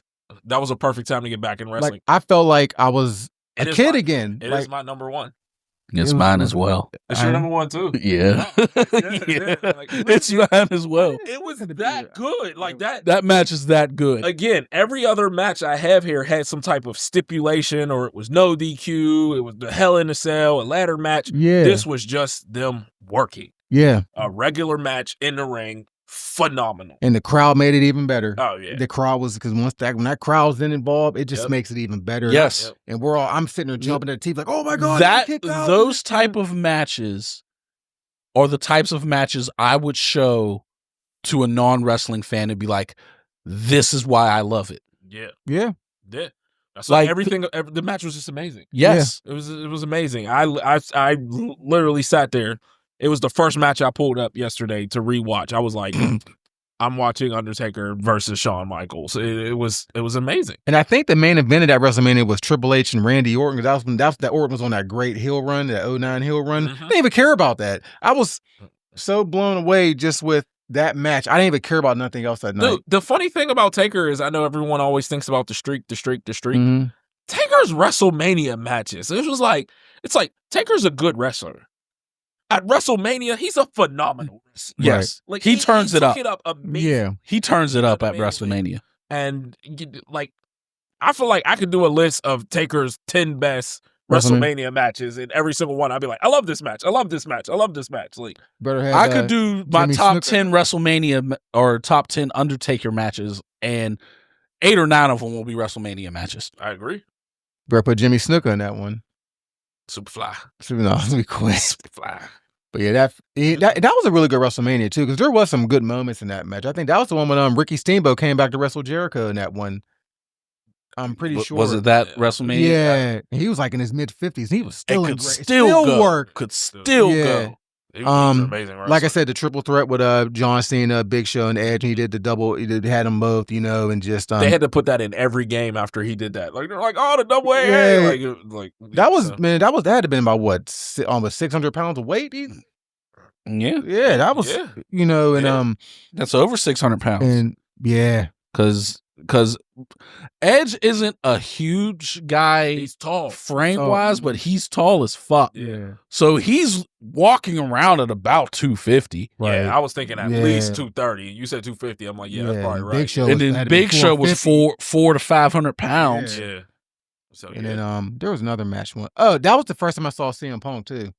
That's the first time I ever saw, because I was like, who is this guy? Because he won the Money in the Bank. That wasn't even the. I knew CM Punk from ROH. ROH, yeah. I wasn't familiar with him in ROH. I knew they brought him into the WWE ECW, and they were pushing him on that. And I'm like, this guy's pretty good. I was like, who is this guy? And he had on the. Then also he came out to Kill Switch. I was like, well, he did come out to Kill Switch. I was like, I do like Kill Switch a lot. And then I was like, all right, it took me a while to get it, he grew on me, but that's when I first saw CM Punk and stuff. So yeah, but that Taker and HBK 25 was number 2 for sure. Yeah. So since y'all did y'all number 1, what's y'all number 2s? My number 2 is The Rock versus Stone Cold, WWE title at 17. 17. So the weird thing about this match is JR calling it was hilarious, because they come out and they're like, this is a no DQ match. And he's like, when did they do that? When did they decide that? And he was like flipping out about it. But even though it was a no DQ match, Hebner kept calling it like there was disqualifications. Yeah. And I don't know if anybody remember, like I rewatched this match yesterday too, and I'm like, why is he was forcing rope breaks. Oh, really? And I was like, it's a no DQ match. There's no rope break. And like, cause the Rock had Stone Cold in the sharpshooter, and he got it, and he made the Rock break it. Then Stone Cold had the Rock, and then the Rock got there, and he kept like, counting, and he pulled him apart. And I was like, it's a no DQ match. And then he was like telling McMahon to get out of there. When Stone Cold had the chair, he was like trying to stop him from hitting him with the chair. I was like, it's a no DQ match. I was like, what is going on here? So, but it was a phenomenal match. You know what I mean? So that whole WrestleMania was fired. That whole card was stacked. Yeah. That was when I to me, wrestling was at its highest. Yeah. Yeah. So, Stone Cold coming back from the knee injury to do this, it was, I love this. And that was actually the first Triple H versus Taker WrestleMania match. A lot of people don't realize that. Oh, that's when that was that that biker Taker. American Badass. Mm-hmm. Yeah. Yep. A lot of people don't remember that. Yeah. So what you got? My number 2? Yeah. Hardys versus Dudleys versus Edge and Christian, TLC, WrestleMania 17. No, I'm not mad at it. I'm not mad at it. I rewatched that match yesterday too. I'm not mad at it. It's a great fucking match. It is. It is. It barely missed my top 5 just because of, I have reasons for all the other ones. Right. But yeah. Great match. Absolutely. Of course, one of the greatest spots ever. Yeah. The spear off the ladder. Yeah. Always thought it was funny, like how Bubba Ray just came up and just took the ladder, like while Jeff is hanging from it. And he's just like dragging, like Jeff's feet are just dragging back. And then I guess as soon as he let go, that's when the spear happened. So then of course, each team had like a third party member with their group. We had a Rhino with Edge and Christian. Yeah, I'm about to say Rhino was the reason they won. He put freaking Christian on his shoulder. Lifting him up. Spike Dudley got destroyed as usual. Yeah, Spike was only there to die. How he is not crippled, I don't understand, because he put his body through some terrible stuff. Yeah. And then Lita was there obviously too for the Hardys. So it was both matches were great, because the first one was at WrestleMania 16 or 2000, whatever they want to call it. Then they did that one in the following year. It was excellent. Yeah. No argument there. Yeah, that was my number 2. It was a great. So we need my number 1. Our one is Shawn Michaels versus Taker. Same here. 25. Just an all around. It's a great almost perfect match. Yes. Yeah, like there's I've said everything I could say. It's an amazing match. The build, the entrances, the match, Right. all top tier. Yep. Every single one of them. They were all great. Mm-hmm. And it kind of felt like it needed to be the main event. Like I would watch that match and I'd be like, man, Vince, I don't want to go on after that. Like, right. So, yeah. Excellent match. What you got as your one? Oh, Undertaker versus Giant Gonzalez at WrestleMania 9. Okay. Do you know how great that match was with the chloroform and just? No. All right, let me stop. No. Okay. No. I'm like, no. No. He didn't. No. As soon as he said, I knew he didn't mean it. Not when Giant Gonzalez had that stupid costume. Oh, it was like, terrible. So stupid. I'm surprised you did not. I thought you were going to have this match on here. Okay. It was HBK, Kurt Angle, WrestleMania 21. That match was excellent. It's a great match. Actually, I thought you were going to have that on your list. That's why I thought we were going to have the same, match on that. But the only one I knew we was going to have was Steamboat Savage. Steamboat Savage. Yeah. But that match with Angle and HBK at WrestleMania was excellent. It was just so good. Like I remember it just from like the back of my hand. That match was just excellent, man. HBK's Mr. WrestleMania. Yeah, absolutely. Him and Taker with you. So yeah, yep. And Giant Gonzalez. If we would have tried to get this, down to one list, I think it would have been a lot easier because like we all had like pretty much the same thing. We should have did a top 5 worst WrestleMania matches. Worst? Yeah. Brock Lesnar versus Goldberg. That's one. Definitely going to be up there. That's definitely on so there. bad. So bad. Undertaker versus Giant Gonzalez. Yes. Hogan versus Yokozuna at WrestleMania 9. Yes. Yeah, that was awful. Yeah. Michael Cole and Jerry King Lawler at 27. I try to forget that. Pretty bad. Is that when Michael Cole was in the orange singlet? Yes. Yeah, no. Yes. Yeah, I'm trying to scrub it's that terrible. from my memory. Those are all some horrible terrible ones. Mm-hmm. It was terrible. Oh, Bam Bam Bigelow versus Lawrence Taylor at WrestleMania 11. That's the top 5. Honestly, I forgot about that match. Yeah. That's the top 5. That's the worst WrestleMania matches. Yeah. I don't know. There's some bad ones out there. You just can't remember them all. Was it Zeus at WrestleMania? I think he did SummerSlam. That's okay. I'm gonna say that was a horrible match. That was bad. Yeah. Another good WrestleMania match, though, even though Macho Man carried it, was him and Ultimate Warrior at WrestleMania 7. Macho Man carried him. Macho Man carried the heck out of that match. Yeah. But, that's what Macho Man does. Yeah, absolutely. Macho Man Ric Flair WrestleMania 8 was a good one. Yep. But well, it was. That's all right. That's our favorite matches. Yeah, I know we're missing some. We probably just don't realize. Yeah, but tell us yours in the comments so that we know. Please. Like, what did we miss? Like Yeah. Something. No. Trish and Mickey James. I don't remember it. WrestleMania 22. I remember it. Was that the one where Mickey got in trouble for the gesture she did? I believe so. Yep. Oh, okay. Yeah. Yeah, and that's when she was like dressed, acting like Trish and all that stuff. Yeah, I remember now. Yeah. I think Mickey belongs in the Hall of Fame. So better than natural disasters. Well, yeah. That's what's baffling is maybe they are trying to have like, hey, we need a men's, women's, and a tag team, because there's no way in hell Mickey James should not be in the Hall of Fame. I agree. Oh, I know this is probably Stephanie's doing. I don't know. I could be wrong. China belongs in the Hall of Fame too. China does belong in the Hall of Fame. They've been. I think it was more of the PG and because of what she did after. Yeah, the PG era. 100% belongs in there. Absolutely. The PG era was part of it. I mean, they the did. Stuff she's she technically already in there because she's part of DX. But that's herself. She belongs in there. She definitely belongs in there. I don't care. I know. We know she had her problems, but she you can't put the Bella twins in there and not freaking put China. Like. She was like one of the first women to ever sell someone body slam a 250-pound man. Yeah, and she won. Didn't she win the IC title? Yeah, she was doing it with her and Jericho. They were co-champions. Yeah, so come on, put her in the Hall. She belongs in there. Yes, she does. Yeah, China for the Hall of Fame. I agree. Well, that all with WrestleMania? Yeah. All right, so we Solo Leveling. Solo Leveling. Be a quick one, man. So what's your overall thoughts, Tim? So my cousin said it best. You ever go to a Brazilian restaurant and like when you flip the card over and it's green and they keep bringing out meat until you flip the card back over, you tell them to stop? Yeah. That's what it felt like. You just flip the green and they just kept feeding you and it was good. I really enjoyed this anime a lot. There was one scene I thought about both of you a lot was when he used the elixir on his mom. Yeah. I really thought about both of you and my wife too, you know, because I know y'all would do it in a heartbeat. Yeah, you know what I mean? Question. And like that was a really touching moment for me. Just like, do you know that was the only episode that had more downvotes than up? Really? Yeah, people were really upset, and I was like, "What the fuck is wrong with y'all?" I was like, "Yeah, y'all want hands all the time, right?" Like, but some of these shows, like, you got to give them a chance to break. You know what I mean? Like, and that was so.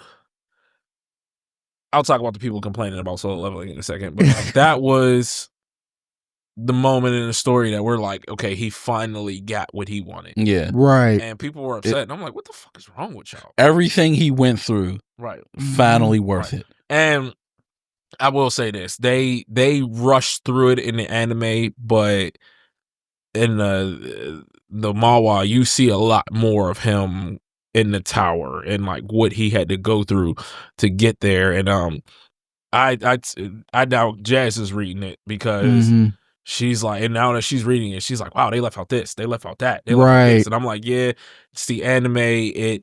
I seen one dude that was like, oh, well, when did Jinwoo have not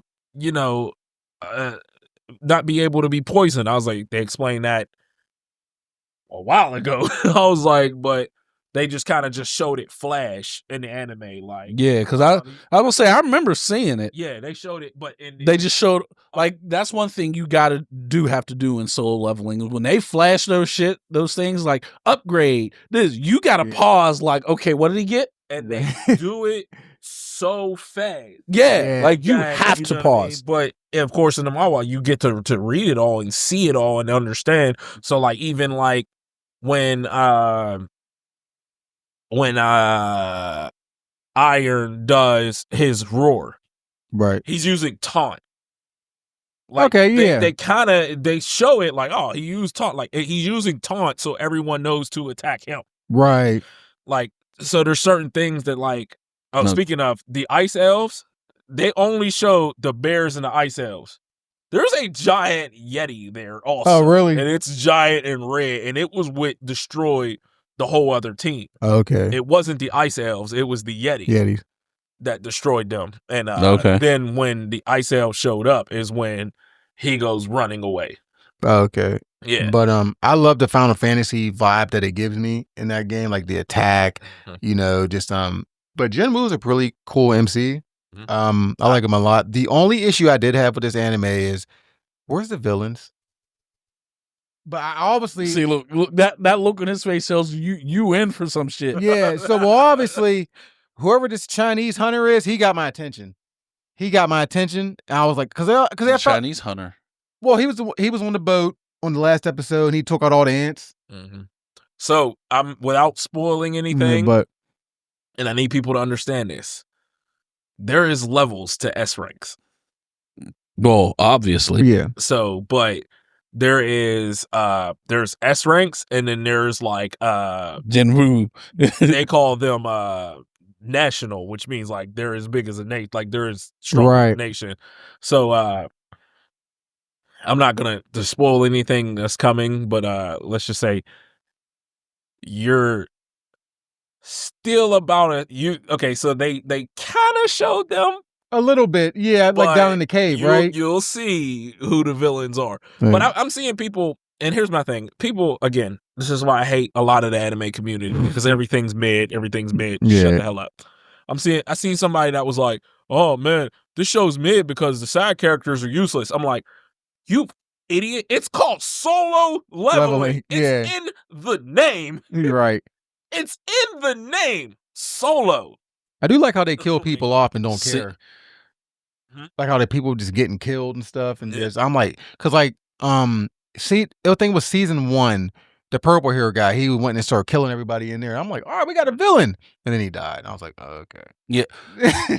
To piggyback off of what you just said, Q, that's one of the questions I have is, will there be an issue of power creep where every future obstacle will be so strong that you basically don't care until Jinwoo shows up?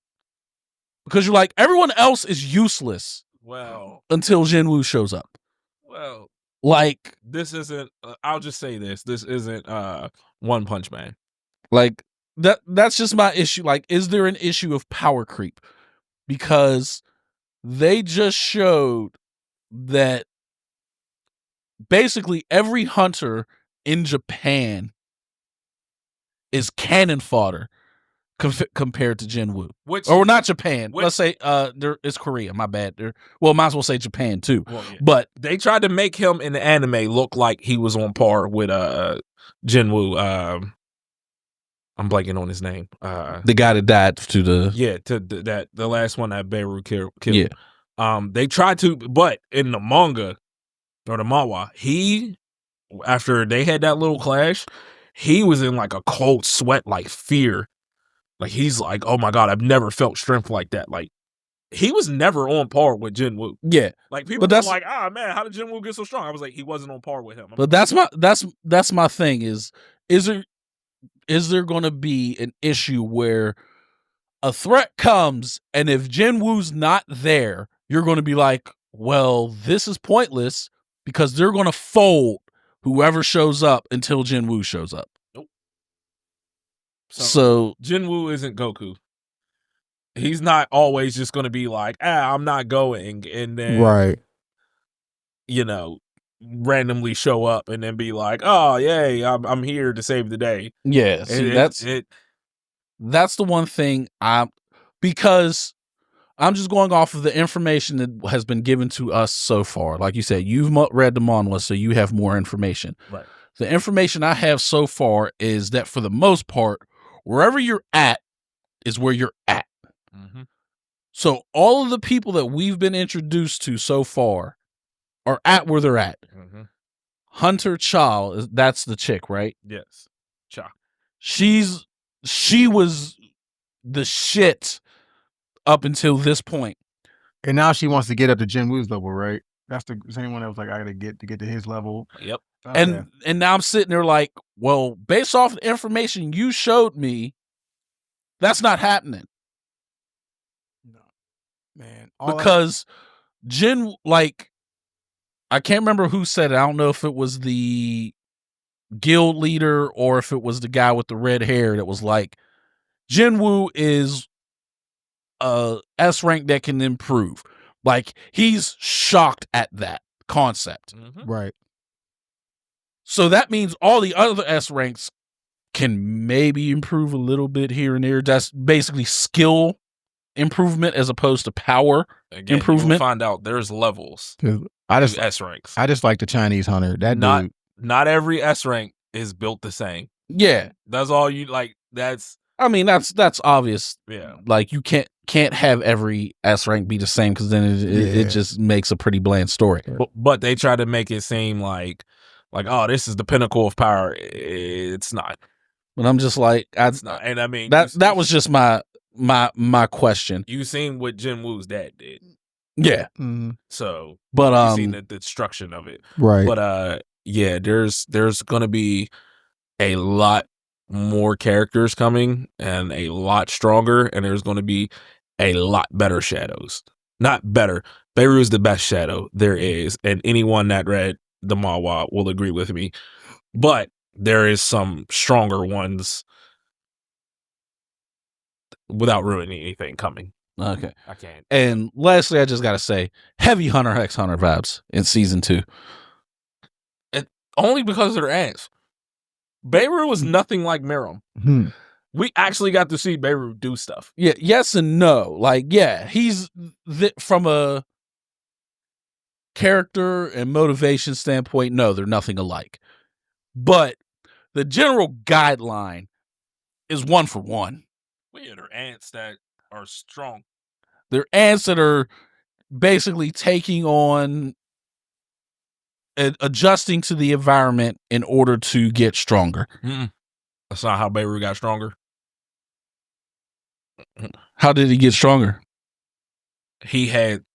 Beirut gets stronger from, I don't want to spoil too much, but from eating the other hunters.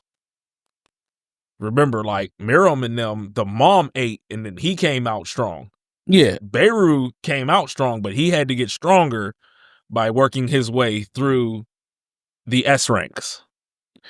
That's why they didn't explain it in the anime, but he was using their powers. After he ate them, he was able to use their powers.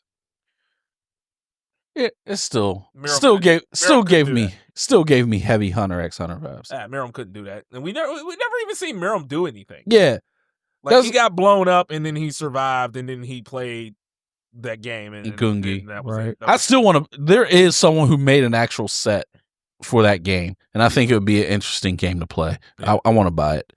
Yeah, but I mean, if you take away the fact that they're both ants, which what is up with well, that's from Korea, but what's up with Japanese and ants? I don't know. I've seen like 4 different animes where ants are like, right, especially like chimeras or like yeah, really bad. Like maybe it's something in their mythology, some type of folklore or something. Yeah, but it and I kept seeing people that's like, oh, he's like Miriam. I'm like, Beru doesn't care about being smart. Like he wants to throw hands. Yeah. Like but that's getting into the details. If you just look at it at a high level, they're a lot similar. I did very high level. They're just ants. That's the only thing. That's why I said high level. You were born ridiculously stronger than all the other ants. You're pretty much unbeatable. But there was a build up to Miriam. Remember, they got stronger and stronger with each generation. Well, there was a build. It was just regular generation. And right. It was like there was a build up for they sped it up, but there was a build up for the ants in solo leveling. Because at first they were just ants, just a bunch of them. Right. And you just got overrun. Then the white, like at the very beginning, like that's when they ran into, I think, the white ones. That never happened in the manga. That never happened in the manhwa. That whole beginning part never happened. Okay. They didn't show the Jeju Island arc. That was just randomly that they did for the anime. Okay. Well, I'm going off the information I have. Yeah. No, but then they were like, okay, well, it's just isolated to Jeju Island. Okay. Then they started getting a couple that can fly. So there was a progression. But what I'm saying is, like, as they build up in Hunter x Hunter, it was like they got more powers and they became different animals. Yeah. And then it was like, then there was the King's Guard. Yeah. It was P2 and all of them. You didn't have that. You just had, these ones are stronger than that one's. Boom, Beirut. Yeah. And he was significantly stronger. Yeah. I mean, the rest, yes, did they skip some levels? Yes. But it's still, like I said, high level. It's similar. And Beirut looks like an ant. Miriam looked like Cell. Yes. So, I mean, it like I said, other than them calling Miru an ant, you wouldn't think he was an ant. Like I said, he high looked nothing like an ant. High level. If someone was to give the guidelines of Hunter x Hunter, hey, there's a species called chimera ants. They eat stuff and they take on the properties. They ended up getting humans and they got stronger. Okay. There's these things. These are these ants. For some reason, they keep getting stronger. As they get stronger, they're evolving to become more human-like. It's high level.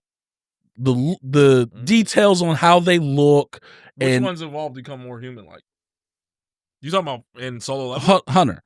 Well, they became Beru or whatever his name is human-like. He's a humanoid. Yeah, human-like. Yeah, well, human-like. But they're still ants. Yes. High level. They were no longer ants in Hunter. Yes, I agree. That's what I'm saying. Like, but I'm saying, that's what I'm saying. At a high level, if you give just the points, the bullet points, yes, the details in Hunter x Hunter, yes, they look a lot. They look nothing like ants. That would be base level. Then that wouldn't be high level. High, right? That would be base because I'm going. Basis of I'm going off of technical like computer science. Okay. High level means you just go over the guidelines. Yeah. Hey, what's the internet do? It allows you to reach places from far away. Yeah, if you look at it that way, they're both ants who got strong. Yes, that's what I meant. But that's high what level the comparison is. a very high level. That's what I said. They're just strong ants. That's what I said. High level. That's what I'm saying. The details. Once you get into the details, you see the differences. But at a high level, it's very similar. Yeah, but that's the equivalent to comparing Mount Lady from Hunter x Hunter to the Titans. They're both giant. Like that like. But that's what people do is they're going to draw comparisons. Yeah, I know. That's what I'm saying. But I'm like, when you really break down them characters, that's when you really get into the details. When you get into the details, things are vastly different. Yeah, I mean, like again, that's like just like people say at a high level, Superman and Goku are the same, right? But once you get into the details, they're nothing alike. Yeah, right. Yeah, no, I get what you're. Yeah, I get it. Oh but yeah, they skipped a lot and a lot of fights that they pretty much didn't want the Japanese hunters to completely get embarrassed. Duh. So, but yeah, like Beirut was using, and then they didn't explain it at all, but he was using a lot of their moves when he was fighting Jin. Mm-hmm. He did the ice. He killed the ice hunter. He healed himself. You know what I mean? Like which first of all. Even when I read the manhwa, why would you be like, you can't stop us as long as our healer's alive? Yeah. Wink, wink. If I'm the healer, I'm like, dude, the fuck are you doing? Yeah, right. Like you just trying to get me killed. Yeah, right. So, but I mean the stuff that they skipped, it's like a lot of information in the manhwa that, like, if you read it, you'll be like, oh. Yeah, didn't realize that from the anime, right? I didn't realize that. Like they know the crowd. Yeah, the crowd's not going to want information. They want the hands, so they gotta skip it over. That's why y'all watch animes like Windbreaker. What, for all the action and all that stuff? Straight hands, Yeah. straight hands. Oh, yeah, the dub was really good. I actually watched this in dub. Yeah, that's what I said. The voice actor did well. Who does Jinwoo's voice? I don't know. Alex Lee. I believe his name is Johnny Young Boss. No, it's not Johnny Young Boss. I seen him on TikTok because everyone's like, "You better not mess up Arise." And he met. Like, I'll make it wakey. And I was like, yeah, he was hilarious. It was, like I said, Q. I really liked it a lot. It was really good. Like I said, that issue was like there was no villains, but after I saw that Chinese hunter, I was like, "Yep, I just need to know about him. That's all I care about now. I don't care about nothing else but this Chinese hunter that you don't remember." I'll say this, and I don't remember him. I like after the first season, I kept telling people, like, not even like before the first season was like almost over, and they're like, "Oh man, I like this." I'm like, he ain't even get his power yet, and I'm like now we're just like, he's still learning his power, right? And he still has a long way to go. And Jinwoo is, like I said, I told people, I was like, he'll be your favorite MC. He's vicious. Do you got him over Luffy? When they get further in the anime, I probably will. Okay, that's fair. But from what I read, I love Jinwoo. Like, Jinwoo.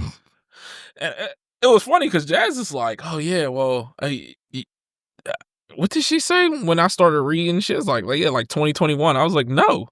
I was like, Jinwoo was the background of my computer in like 2019. I'm like, what are you talking about? And she was like, oh yeah, like my real old computer. But I'm like, like now that she's reading it, she's like, it's so much more information. I'm like, yeah, right. Now, I'm not gonna say it's like to the level of like God of High School, to where like God of High School reading it, I'm like, this is amazing. And then like watching it, I was like, oh man, this is great.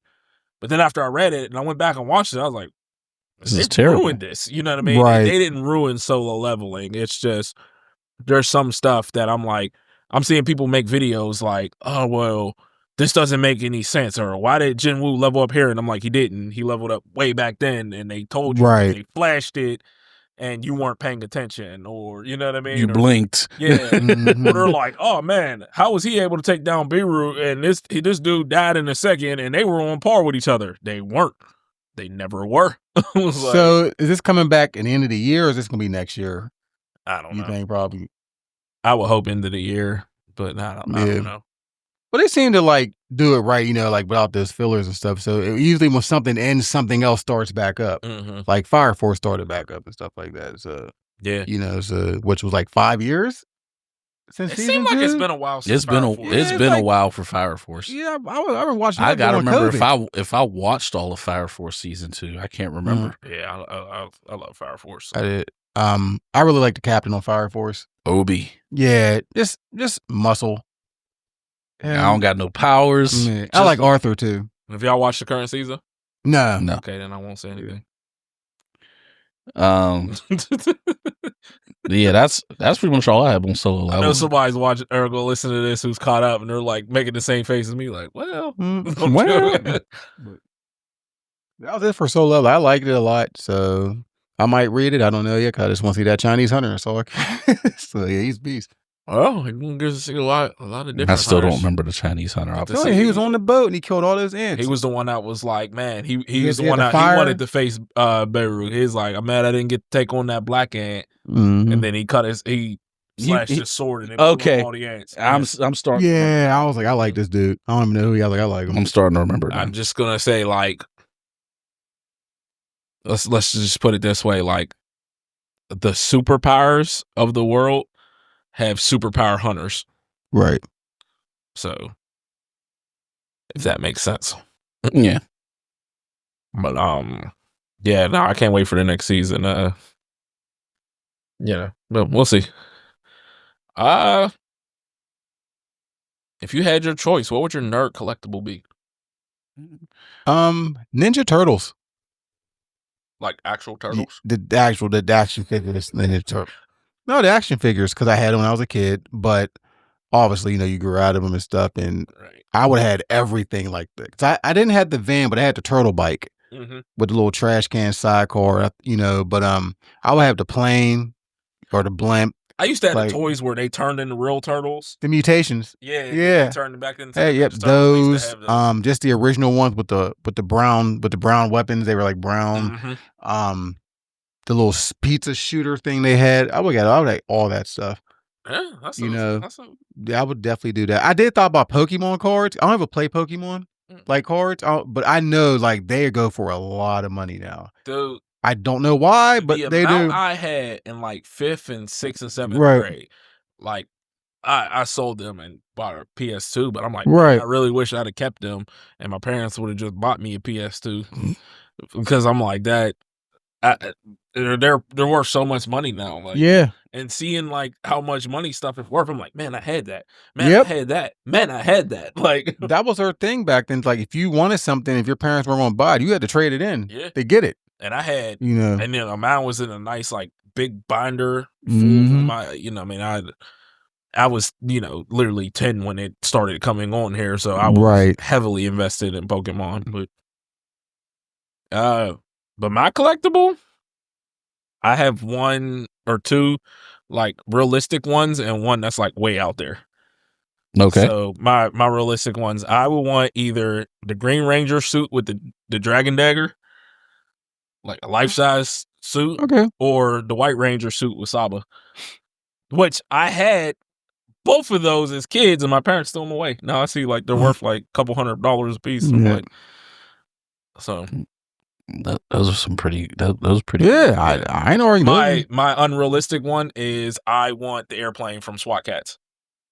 That was such a great The actual jet. cartoon. Yeah, I want the actual jet. Not a replica or a toy. You want No, I want the actual jet. You want the actual jet so you can just fly to work. If money's not an option, I want the actual jet. Yeah, that was a great cartoon, by the way. was. And that was Cartoon Network, too. Yeah. I was thinking a little more realistically than that, but okay. Well, I gave you my realistic ones. I said one is out there.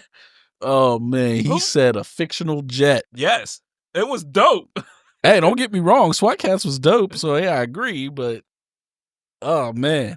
My list is a little more pedestrian in comparison. My first ones were pedestrian compared to it. Yeah, so for my list, I got one for pretty much every nerd, almost every nerd area that we cover. One, a box collection of all of the Hajime no Ippo mangas signed by George Morikawa. That would be dope. Mm-hmm. That'd be dope. Mint inbox copy of Mike Tyson's Punch Out signed by Mike Tyson. Which we tried to get signed last year. I did try to get my not inbox, not mint condition copy signed by Mike Tyson, but he didn't show up. And we were very upset. We drove 3 hours for that. But anyways. Oh, yeah, I was there. Yeah, you was. Yeah, we were mad. They were blanking out, and I was like, oh, yeah, I was there. We drove to that. Yeah. But we got to see Uncle Ruckus. Yeah. We did. He lost a lot of weight. Yeah. It looks good. I still remember him as Flame from Soul Plane. But oh, my.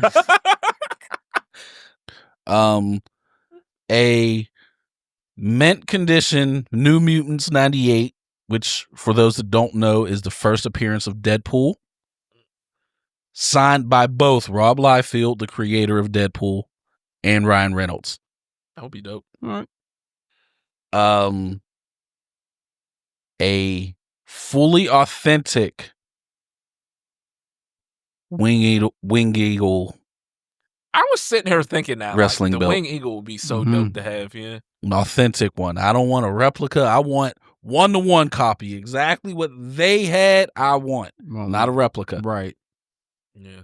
And last is I want Marisa from Street Fighter 6 statue signed by my favorite FGC players. Okay. Which that's kind of realistic if I just find me a Marissa statue. Ride on? No. You want him to sign it? No. I know. I'm surprised you didn't do the Bret Hart glasses. I was like, I like Bret Hart, don't get me wrong, but I never was a huge, like, I wanted the glasses, of course, what kid didn't? Right. Mm-hmm. But it's not at the top of my list of things. Like, I'd take like a Sting baseball bat over Bret Hart sunglasses. Okay. I would like an authentic Ric Flair robe signed by Ric Flair. That would be great. Yeah. That first of all, that would be like $7,000. But I would like that. Yeah, that would be dope. Yeah. Or a hat signed by the Undertaker, one of his hats. Okay. Mm-hmm. What else would be dope to have? The full collection of One Piece. Signed by Oda. Ichiro Oda. Goda. Going off your Power Rangers thing, since I only watched the original Power Rangers helmets, each of them signed by each of the actors, which is technically impossible now R.I.P. since Tommy. 2 of them are gone now. Since 2 of them are gone. Yeah, R.I.P. Tommy and R.I.P. Trini. I do have Jason's autograph though, and I got a picture with Jason. Oh, really? I did. Yeah, back when Steel City Con was fun to go to back in the day, but I did meet. He's short, by the St. way. Pierre. St. Green. Austin St. John. Oh, St. John. Where did I get St. Pierre from? Oh, George St. Pierre. GSP. Okay, yeah. But no, he's very Austin short. Yeah. Or I always forget that I'm big. I keep forgetting that. Black. Oh my God, Zach only had 4 fingers. Yes, I did know that. And whoever was cutting his hair, oh my God. Oh my God. Don't you ever pick up a clippers ever again. He got into it with somebody about that on Twitter one day, and it was like hilarious. Like they was like talking about this hairline, and they was like going back and forth. And I was like, this is great. But I had a chance to meet Jason David Frank. I never got to meet him, but he did come to Steel City Con. But this is when it started getting out of control. I wish I would have met him. He was here. He was always my favorite. I mean, you see, I got the Green Ranger and the White Ranger suit. Like I always wanted to be Tommy. I didn't care about Didn't care about anyone else. I was always, what I mean? I know our friend Derek. I know Derek got to meet him. Yeah, because Derek goes every time. But yeah. So I wish I would have went to go see him. Yeah, I do too. Yeah, and he was in Family Matters. The one episode, it was towards the end when it was that real ridiculous with that Bruce Lee stuff. I never really watched Family Matters. I know you hated that show for some reason. Yeah, but he was one of the thugs that Urkel beat up when he turned into Bruce Lee. I was like, it's Jason David Frank. But other than that, yeah. After the episode where Waldo went to dance class to learn to play basketball, I was like, I can't do this. I can't do this show. And he went to ballet to learn to play basketball. I was like, those things don't correlate. Still love that show. Still love the show. It made no sense. So, but I'm trying to think. Yeah, that'd be dope. Yeah, I can't think of anything else. Definitely some Pokemon cards, but I'll take an authentic version of the Yu-Gi-Oh chain. The big pyramid. Yeah, solid gold. That's cool, yeah. That's all I got. That's all I got. I gave my list. Actually, this will be impossible too because I think they're all dead except for one. I actually would have liked to get a football signed by the Steel Curtain, like the front four, but I think only me and Joe Green's left. I think the other ones are all gone. Oh, pretty good. That might still exist though. Yeah, true. I'm sure they had signed that somewhere, but but someone most likely has that. Oh yeah. But and I would like to get something signed by Paul Amalu. Absolutely. Paul Amalu and James Ferrier. And dude, all the people that came in the Foot Locker, like I got Big Ben's signature, Mike Wallace, I had Jerome Bettis's. Paul Amalu I never got, and I'm kind of like upset about that. But like he came in, and it was like he was like the nicest dude ever. But he like grabbed like a handful of the shirts off the rack and just bought them all and then left. Oh really? And he was just like so quiet. I was like I didn't want to bother him. Right. So. That's all I got for that. Yeah, that'd be cool. Marvel Rivals Season 2. So I'm gonna go in real quick for me and Jazz because we're both Loki mains. Sorry, Jazz, he needed nerf. He was too strong. No, you know who needs nerf? Wolverine. Wolverine needs nerf. You need some skill to play him though. I can't figure it out. I can't. Well, he's a tank killer. He's a tank killer. I was terrible as Wolverine, but every time I'm facing a Wolverine, they'd be like, they just don't die. Like, yeah, you can't kill him. Yeah, and he just screams and he just. Jeff's needs nerfed. They did nerf that. He shouldn't be able to hold you in his mouth that long. I'm sorry, they're taking me halfway across the board to throw me off. I'm like, come on, dude. I'm in there for like 10 seconds. Like, make sure you pick someone that can fly or get out of it. I don't. I am now Emma Frost main. I can't kill her. I still haven't played, but she's good though. Yet. She's very good. But I'm sorry, Loki had to get nerfed. He was too strong. The Adam Warlock nerf was ridiculous. That Soulbond, it went from 30 seconds to 40 seconds. That was ridiculous. But overall though, it's still good. I feel like people are starting to quit the game a lot now because now they don't care. People are just quitting the game. Even in ranked, they're just quitting. They're just leaving. Oh, just quitting. They're just leaving. I got back into playing the game. I was grinding as Emma Frost this week, and I've played probably more hours this week than since the game came out. She had a good ult too. Emma Frost. Yeah, I love Emma Frost. Like, and I'm not talking about the way she looks. Like all you perverts out there. I seen somebody say she was modeled after Sarah J, and it is the funniest. Oh no! It is the funniest thing ever. You know who that is, though, don't you? Yeah, he knows who that is. This is the second time we got on this topic. Oh man, Sarah J looks like Vin Diesel. All right, look. She looks like Vin Diesel in the face. I'm sorry, she does. Anyways, no comments. She does. Well. All right, look. She does great things. She does good work. But anyway. But I keep seeing people say that she was modeled after her. It was funny because me and Jazz was playing, and I was like, why did they make her walk so sexy? I was just like walking around the map, and I'm just like, no. She jiggles in her wind taunt. Dude. Oh my God. Dude, her one outfit is just completely open. Right. Yeah, but no, I like her. I like I said, I sent y'all the thing, the screenshot. I was like, me and Jazz went. Yeah, y'all cooked that game. Literally, Jazz was Widow and just hid behind me. I would put my shield up and we just stand there. And they just buffed it. Yeah, they buffed Widow too. So people have been picking her a lot more. So that's why she's been getting picked. Not Widow. I'm sorry. But they have buffed her. Scarlet Witch. They changed some of the team ups. Yeah, they got rid of her and the Magneto team up, which I don't know why. But she's with Doctor Strange now, which is a really good team up. The only thing Emma Frost needs is she needs another special to get away quickly. Oh, so she just needs to be even stronger. Even though she's strong as shit, give her something else to make her even harder to use. No, so like Venom can get away really quick. Cap jumps 12 feet in the air.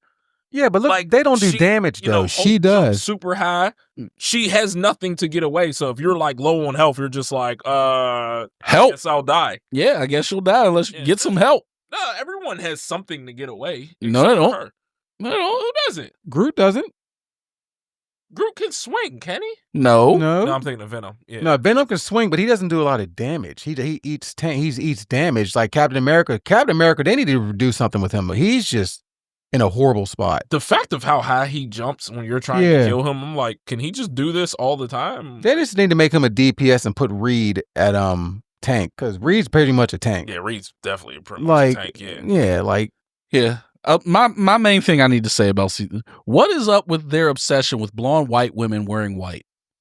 Like white and blue. White and blue. White and blue. White and blue. Emma Frost. Emma Frost, Cloak and Dagger, Sue. The Invisible Woman. Yep. Like, seriously, you can't make them look different at all. Well, that's why they made Emma thick as hell. Like, in the heat of a game, I don't want to sit there and be staring at Emma's thighs to try to figure out who it is. Yeah, that makes me feel weird. That's the only way you can tell. That makes me feel weird. Yep. I don't want to be staring at a animated character's legs and be like, is that Cloak and Dagger or Sue Storm, or is it Emma Frost? Like, you know, you asked last time who we like to see in the game. Yeah, I like to see some of like the more powerful characters, like the Beyonder. Okay, yeah, you know, Living Tribunal, ones like that. That'd be dope. How do you do that without making them either severely underpowered or seriously overpowered? Well, I mean, it would be kind of severely underpowered. It's just you kind of using them for the moves. You know what I mean? I would prefer people like that to kind of be what Blue Marvel, Galactia, you know, Miss Galactus or whatever the fuck she is just people that are kind of hovering over things, not playable characters. They're just there. Hey, you're in the Living Tribunal's chambers. That's where one of the maps is. And you know who's gonna be they're hard to floating deal with around when we get them as a character? Ultron. No, yeah, maybe. Yeah, but he's next. He's coming next. I was thinking Silver Surfer. Yeah, I don't know what they're gonna do with him. Yeah, terrible to deal with. Like if they make him fast and able to fly. Yeah, I don't know. That's gonna be a problem, right? You like the new map? No. You don't know where you're at? Absolutely, the little circle yeah, one? Croatia, where it's called. Absolutely hate it. Absolutely hate it. I think I've played on it like 10 times. I don't think I've won a single game on that map yet. I hate it. Don't know where you're going. Like it's like, where am I going? I always go up and then it'd be down there. And I'm like, what is going on? Yeah, no, I hate it. I hate it because I'm not good at it. I'm not saying it's awful. Yeah. So, but it's terrible when you're a tank and you're surrounded on all sides. Yeah. You're like, I can't really do much here. Right. So, but yeah, I'm definitely, and I've been getting, I've been playing when someone steals Emma off me. I still, will go back and be Punisher, but I'm definitely an Emma Frost main. Okay. I do want to try her though, but the hype's died down. No one's hardly picking her. Literally every time y'all be playing, like I'll get on, y'all be like, okay, we're done. Dude, I can only play for like an hour at the most, and I'll be like, my eyes are killing me. I'm getting old. Yeah, because my eyes is fine. So I don't know what's wrong with you. Oh goodness, getting old. I guess. So that's it for Marvel 2. That's all I got. Marvel Rivals 2. Yeah, like I said, Ultron's coming next, and then we'll see what happens after that. But then whenever I would have thought Blade was next. That's what we all thought. We were all waiting for him like to be unchained and stuff. Yeah. And I don't know, but they did say when they just started after when season 3 starts, which I'm assuming it's gonna be in July or June. Every month it's gonna be a new character. Mm-hmm. So I'm assuming they got the rest of the year mapped out for like what characters, who's coming, what. But we don't know why Doom hasn't shown up yet. The first season was about Doom, and then past one was Dracula, and then we had Blade. So you literally saw Blade on the one stage. Mm-hmm. So it's like now they said he's like sleep resting somewhere now on one of the stages. He's a playable character already. Don't know why he's not. I don't he know should why be. I thought that. Yeah. But yeah, it's interesting to see what they do next. Mm-hmm. I like to see some obscure characters like Guillotine. Mm-hmm. But to counteract magic, because, dude, I don't understand good magics. Like, they're impossible to kill. But yet, when I play her, I die in like 2 seconds. I can't play her at all. I can't play her either. I mean, like, and there's so many characters. I know there's a lot, like, I've never tried. Yeah. So, but, you know. I'm sick of Spider-Man. Oh my God. A good Spider-Man is great to have on your team. Yeah. It is awful to face. You can't catch He's him. basically Tracer. Awful. You can't catch him. You can't slow him down. I could deal with a good Tracer, when I played Overwatch. I cannot deal with Spider-Man at all.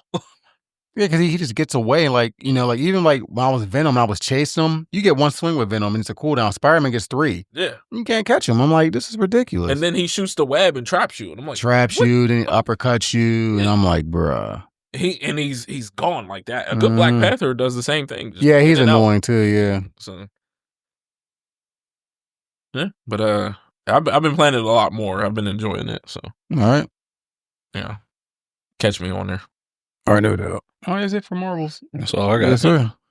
All right. What is a good length of a single player game to be a good value? Q, you're the big single player guy. Let's hear your thoughts first. All right. So,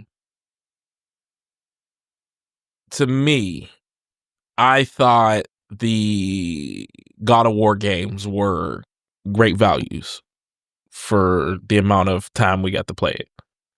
So I looked up like their main quests and then their side quests and everything, and I kind of gauged what I thought off of that. And then I looked up Mass Effect, and I was like, okay, they're kind of about each other. So for me, I think 25 to 30 hours for the main quests. And I think 40 hours and up, if you do the side quests and everything, is a good value for me. Now, if it's a completely open world game, I need at least 100 hours. So that's the Skyrims, the all the games Tim hate. The Fallout and those games. I need at least 100 hours to explore the world and find everything. You definitely could have got 100 hours out of Red Dead Redemption too. Oh, absolutely. Stuff like that. So to me, those are good lifts. Like, those are games I'm willing to pay for. Okay. What you got? For me, I'm actually a lot more lenient. If I need for a $60 game, I need at least at the minimum 12 hours of story gameplay. Story. Stuff, side quests and stuff on top of that is helpful. You're right. But I need 12 hours of real good story. You said God of War was around 40? 25. Around 25 to they're I think it said like 28 hours for their main quest. That's actually a lot longer than I thought it would be. Cause like I was just going, like, I didn't look up story length. I was just going off of what I thought. I thought God of War was probably, if you only played the mainline parts, you didn't do none of the side quests, nothing side. So the reason I looked it up is because I didn't want to be like, man, it took me, 3 months to beat this game, because at the pace I play, I'll play for a day or two and then not play for a couple days. Right. So that's why I looked it up, because I'm like, I don't want to be like, man, it took me, 2 months to beat God of War. Like, that's a good one. You know what I'm saying? So I looked it up to like be realistic and be like, these games felt worth it to me. And then when I seen God of War and Mass Effect were right on the same par, I'm like, okay, cool, I'll go with this. But I mean, games ain't even $60 no more. No. Yeah. So I'm seeing here, it said the main story of the 2018 God of War was 20 to 25 hours. Mm-hmm. I looked up Ragnarok was what I looked up. Okay. So I mean 25, 28, something like that. So I'd say somewhere around the length of God of War, it would be ideal. Right. Where you got 20 to 25 hours, main story. Mm-hmm. Side story stuff comes alongside of that. Like, I think that's a good value. Like, I remember Tim said this a while ago when Devil May Cry 5 dropped. It was a great game story-wise, but it was short as hell. It's always 20 missions. Every Devil May Cry is 20 missions. So 5 was great, though. What? 5 was great, though. Yeah, 5 was great, yeah. Yeah, it was a very good game, but it was short. Did y'all check out the anime yet? I heard it was terrible. I've heard it was great. I heard it was great. Really? I heard it was great. Darren said he didn't like it. I know you said you loved it. I loved it. I've heard other people say it filled in a lot of stuff that they liked. Okay. So, you know, we'll see. Like, but back on topic, like The Last of Us was about 15 to 20 hours. So I think 20 hours is if you can get a really good story from start to finish, I think $60 I'm willing to pay for 20-hour story. Because it's going up to $80 now. And at the pace Thanks, Nintendo.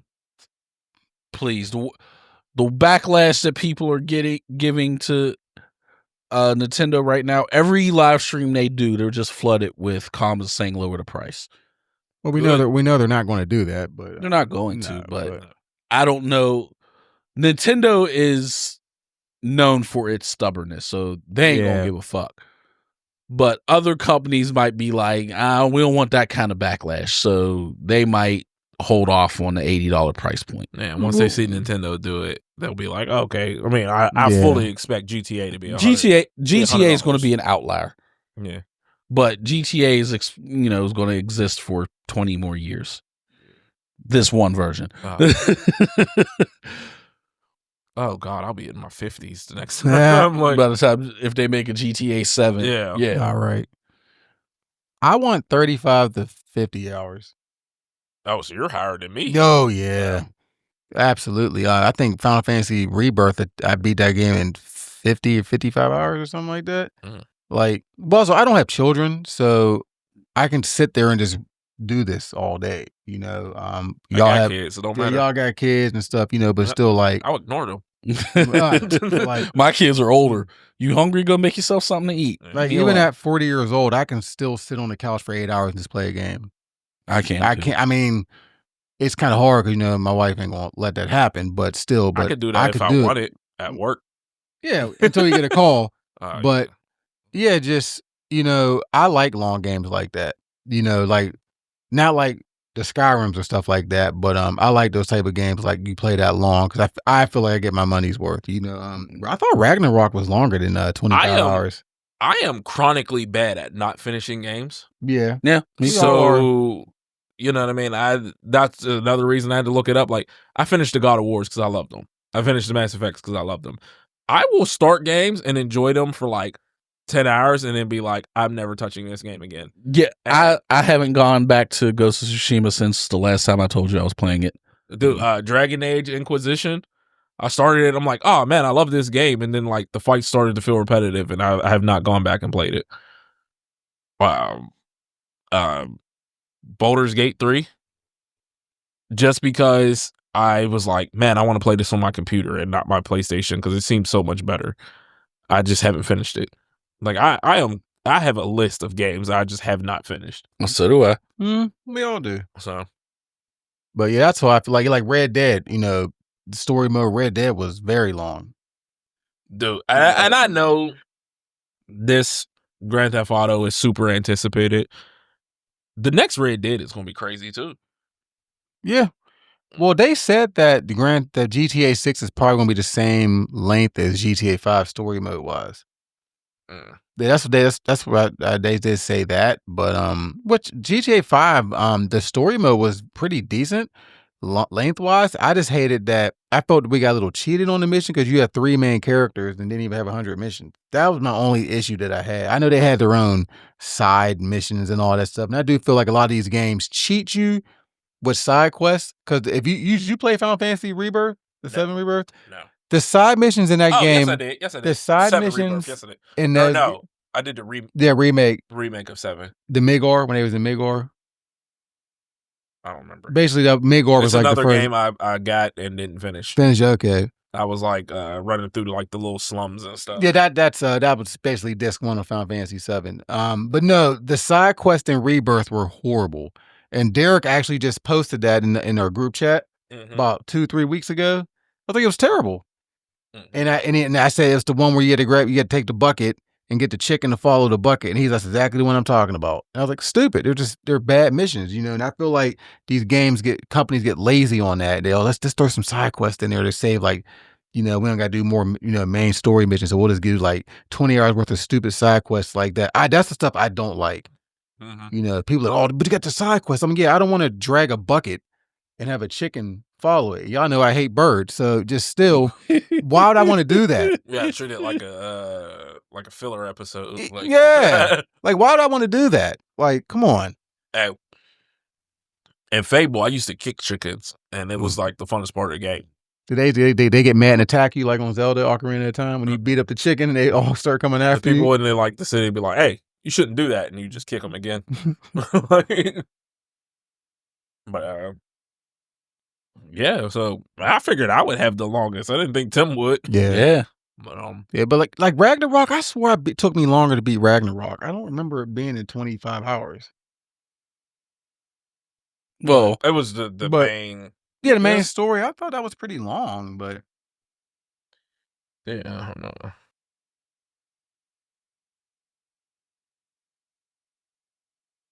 Yeah, I'm about to say that was just what I looked up yesterday, and it. Okay. Yeah. 26 to 28 hours, the main story. Okay. With extras is 34 to 40. All right. And it says 100% completion, 40 to 60. But the side stuff on God of War they did was pretty good. The fastest playthrough, some players have completed the main story in as little as 26.5 hours. Must have been Grayson. Only quit, a friend of ours. But okay.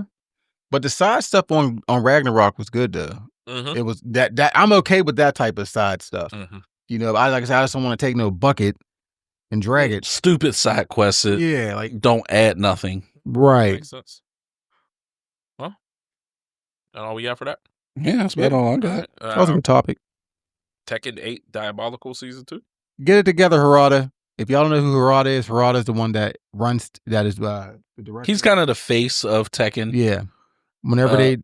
I'm gonna say I don't know his official position, but he's just kind of like the public face of Tekken. But it's been awful. We don't even play Tekken. Like we don't even like Tekken 8. Yeah, Tekken 8 hasn't been very fun to me from the beginning. Yeah. I haven't played Tekken since 5. Which was that was actually a really good Tekken, by the way. Or did Tag Team come after? Which one game? Tag 2 came out after 5. So but that was it. Tag 2? Yeah. Tag 2 was great. Yeah, I'm about to say that was the last time I've played a Tekken game. We are due for a Tekken Tag 3, by the way, but anyway. But yeah, I can't add too much to it because I haven't been playing, but from what I've heard, just seen, they had a basic, I don't want to say press conference. They had like a little interview segment thing where they were like, hey, for this upcoming season, we want to, everything in season 1 was balanced a little too heavy in the offensive perspective. So we're going to do some rebalancing to make it a little more defensive oriented. And everyone's like, cool. Then the season 2 dropped and everything went further offensive. Yeah. Like not only did you not fix the issue, you made it worse. Yeah. Like their last 2 weeks ago when we was down at Sanctum Esports, they were doing some of the combos in practice mode to show the damage that could be done. The damage for a character is 180. That's how much health you have. Yeah. They were able to do combos that did over 200 health. So one combo, death. Oh. Like, what? That would be fun. Yeah, it's just like what, like this season 2 is, even though we don't play, but we still follow it.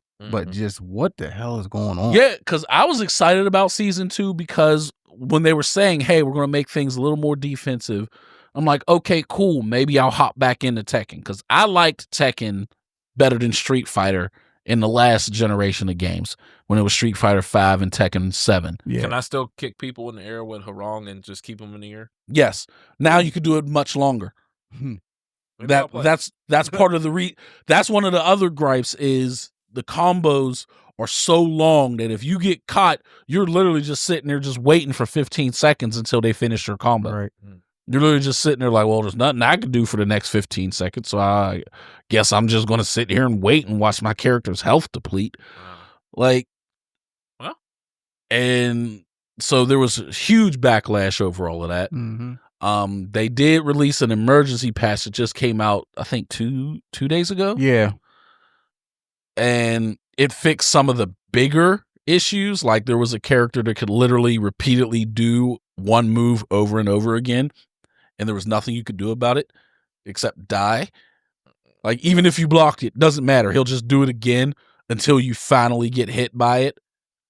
And then now I'm going to keep doing it until you die.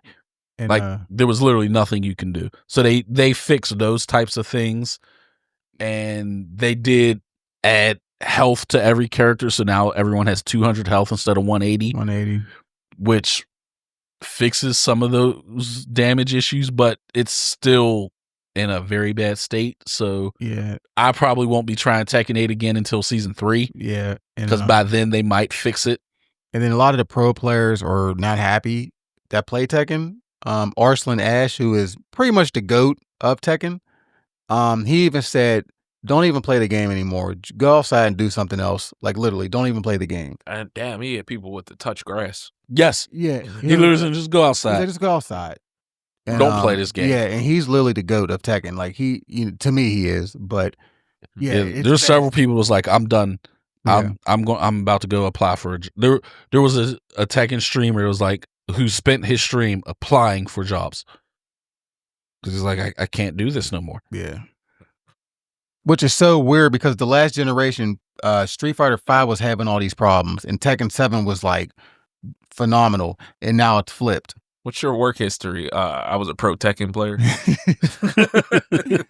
But great with my hands. I won very good small movement dexterity. Yep. Hand-eye coordination off the charts. Reaction times are impeccable. But, my ability to see the most minute detail. Able to memorize combos. But yeah, I'm gonna say pretty much what you say. I'm good off until season 3, and let's just see what happens then. Yeah, they said they're going to be making changes basically throughout the whole year to try to fix everything. But you could say that I need to see it. Actions speak louder than words. Action, especially after what you said before, and it turned out to be the exact opposite. We're gonna have to wait and see. Yeah, you need to prove to me what you said because right. I don't believe you. Yeah, get it together, Harada. Like I said, and that Bandai Namco. But that's all I got for that. Dude. Yeah, that was a quick topic, but that's it. Yeah. All right. Let's get into this Fantastic Four trailer. All right, we'll bring up the Fantastic Four trailer. Let's do it. Let's get started on this.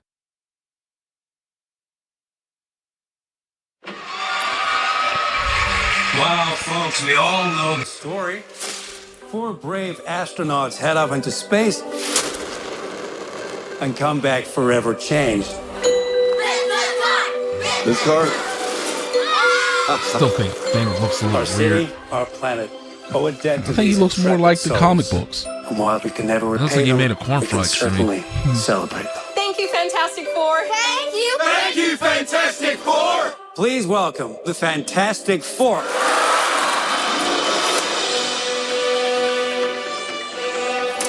Herbie, how's that sauce looking? Okay.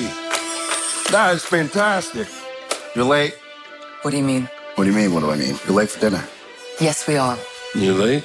I just said that. Oh, she's Are you pregnant. What? You're gonna be the best mom in the world. And you are gonna be the best dad. Just kidding. You are out of your depth. We are gonna be the best uncles ever. Oh, so we know who's coming if she's pregnant. Franklin. Uh-huh. Everything's going to change. Oh yeah. Are you the Hey, protectors Surfer. of this world? Yes, we are. Your planet is now marked for death.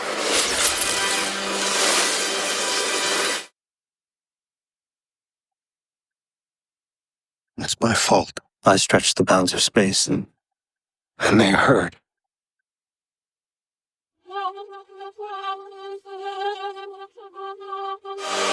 Are we safe?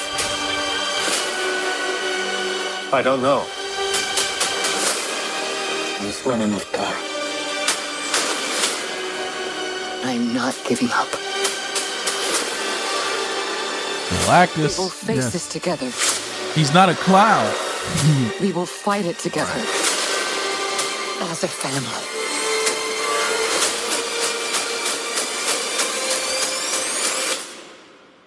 Has to be us.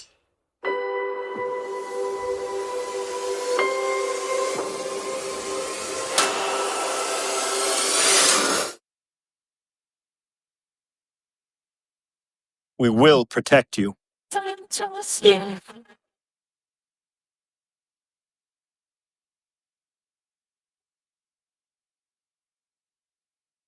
You gonna show him?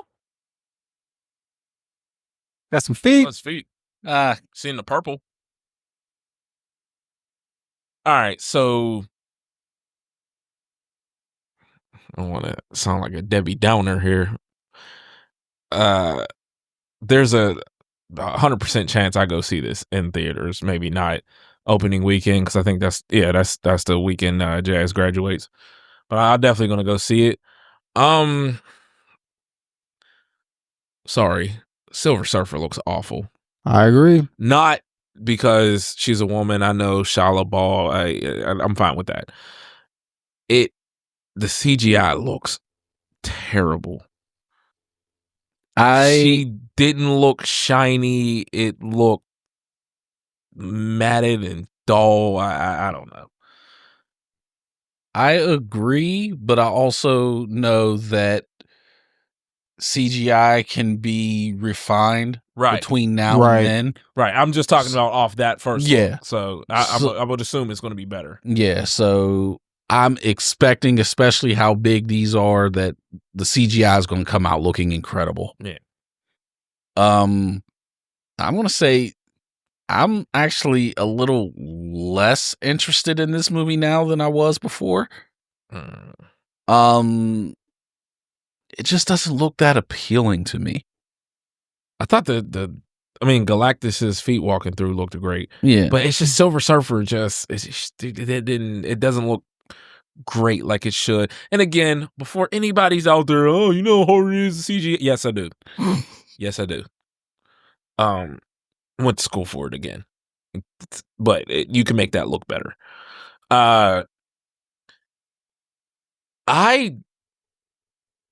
And this is just me nitpicking again.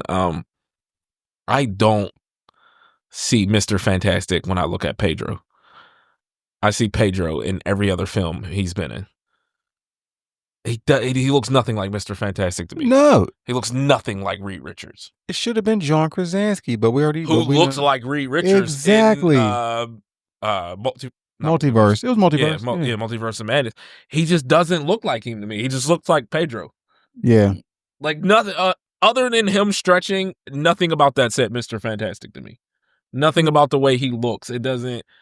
I don't see. Did he have the gray in the hair? I'm not seeing it. I think he did. He did. Pretty sure he did. Maybe it just doesn't stand out enough for me. I don't know. But I think they did more of a regular, like, because I think he's just graying in general at this point. Yeah, but also, and they just kind of just the beard.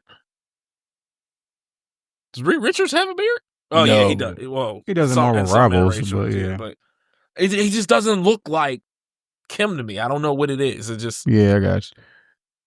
I mean, I understand what you're saying. Like, he doesn't look as, he's not what you picture when you think of Reed Richards. Yes. And I get it. And like if you show me that picture and you're like, guess this hero, there's a 0% chance I tell you that's Reed. Yeah. Yeah, I can understand that. But yeah, with this movie, The only thing that has me even remotely interested is knowing Franklin Richards is coming. Right. Yeah. But it's not like he's going to be doing anything. He's going to be an infant, Right. if that. Well, he's still powerful as an infant. He's still powerful, but not in this movie, of course, but he can definitely still warp reality. yeah, but it's still I want to see, young Reed Richard, or not Reed, Franklin. Right. Where he already knows what he can do. He's done some stuff with it. I want to see that Franklin. Yeah. This Franklin is like, okay, it's a teaser for it. Yeah, we got to get there. Yeah, we got to get there. Yeah, I don't. But, to me, the thing is just nitpicking. I love the way it sounded when he was clapping. It sounds like rocks clacking. Right. Yeah. But the only and I get, a lot of people was complaining about the eyebrow. I have no problem with that. It's just the actual color. He just looks like cornflakes to me. So it's just that's me nitpicking. But again, he just looks nothing like Reed Richards to me. And but I said from the beginning, I didn't like that pick because he's in everything. I feel like he could have had a different role. I agree. He definitely does look like Joel though. Like, well, he's Joel in Last of Us. Yeah. He don't look like Joel, but he's a definitely better Joel fit than Reed Richards. Yeah. I get it. But, they made their choice. He's a good actor. Yeah. He's a great actor. Yeah, I'm not. So should have killed the mountain. I just feel like looking at him is like looking at The Rock when he played Black Adam. Like, you don't look like Black Adam. You just look like The Rock. The Rock, yeah. Actually, he did look like Black Adam. Nah, he ain't have the hair. He ain't have. That's the only thing that was missing was the hair and the ears. But that's crucial to your look. In a way, yeah. All he had was the muscles. But I didn't see that movie, so I can't comment any further than that. But I just... Yeah, I like the trailer, though, because I like Fantastic Four a lot, so... Yeah, I thought it was decent. I was just, Yeah, like I said, I'm with you with the Silver Surfer thing, and then, Yeah. But, yeah, so... I'll probably... we're definitely going to talk about that, obviously, when it comes out at some point, but, like when it comes to these MCU movies, I usually don't go the opening weekend. It's too many people. Like, I don't have a problem being around people, but I like to be in a theater where there's, 5 empty seats next to me, I don't want to be next to somebody. You know what I mean? I like to go during the week when tickets are half price. This is very true. No children, just... Yep. My kids are in school. Me and the wife can go. Right. For $10. Yeah. I only go to opening weekend movies if it's like a movie I really, really want to see. Yeah, and so you don't get it spoiled on social media or something like that. Yeah. That thought never crosses my mind. I might do that for Secret Wars and stuff like that, but usually I'll just wait. You know what I mean? I did it for Black Panther and Endgame and Infinity War, but other movies I'll just be like, I'll just wait. Yeah. So, but well, now it's time to get into this that I have no interest in. The Thunderbolts trailer. But from what I've been hearing in the news, they've been saying this movie's really freaking good. They're saying it's going to be one of the better movies in a while. That's what they're saying. So, well, maybe this will change my mind. Let's pull up this trailer and see what this one says. Selena. Being a hero, there is no higher calling. Your sister understood something about that. I should come back for you. No. That's just a fairy tale. That is terrifying. Oh. Mother. I was in high school when the Avengers came. Kind of strange that it's all over now. No one's coming to save the day. Who's that? I think we are. We can be the ones that are coming. Buck, you have the wrong people. We have all done bad things. Oh, that was the new Hawkeye. Look, I've been That where didn't you look are. like her. The past doesn't go away. God, I hate his face. So you can either live with it forever. Just like his dad. Or you can do something about it. I am the void. Look what you are with. You can't outrun the emptiness. We can't do this. No one here is a hero. You all have things that we regret. But I have so many.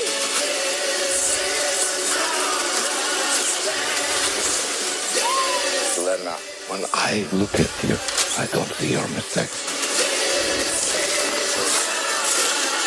That's why we need each other. We can't stop him alone.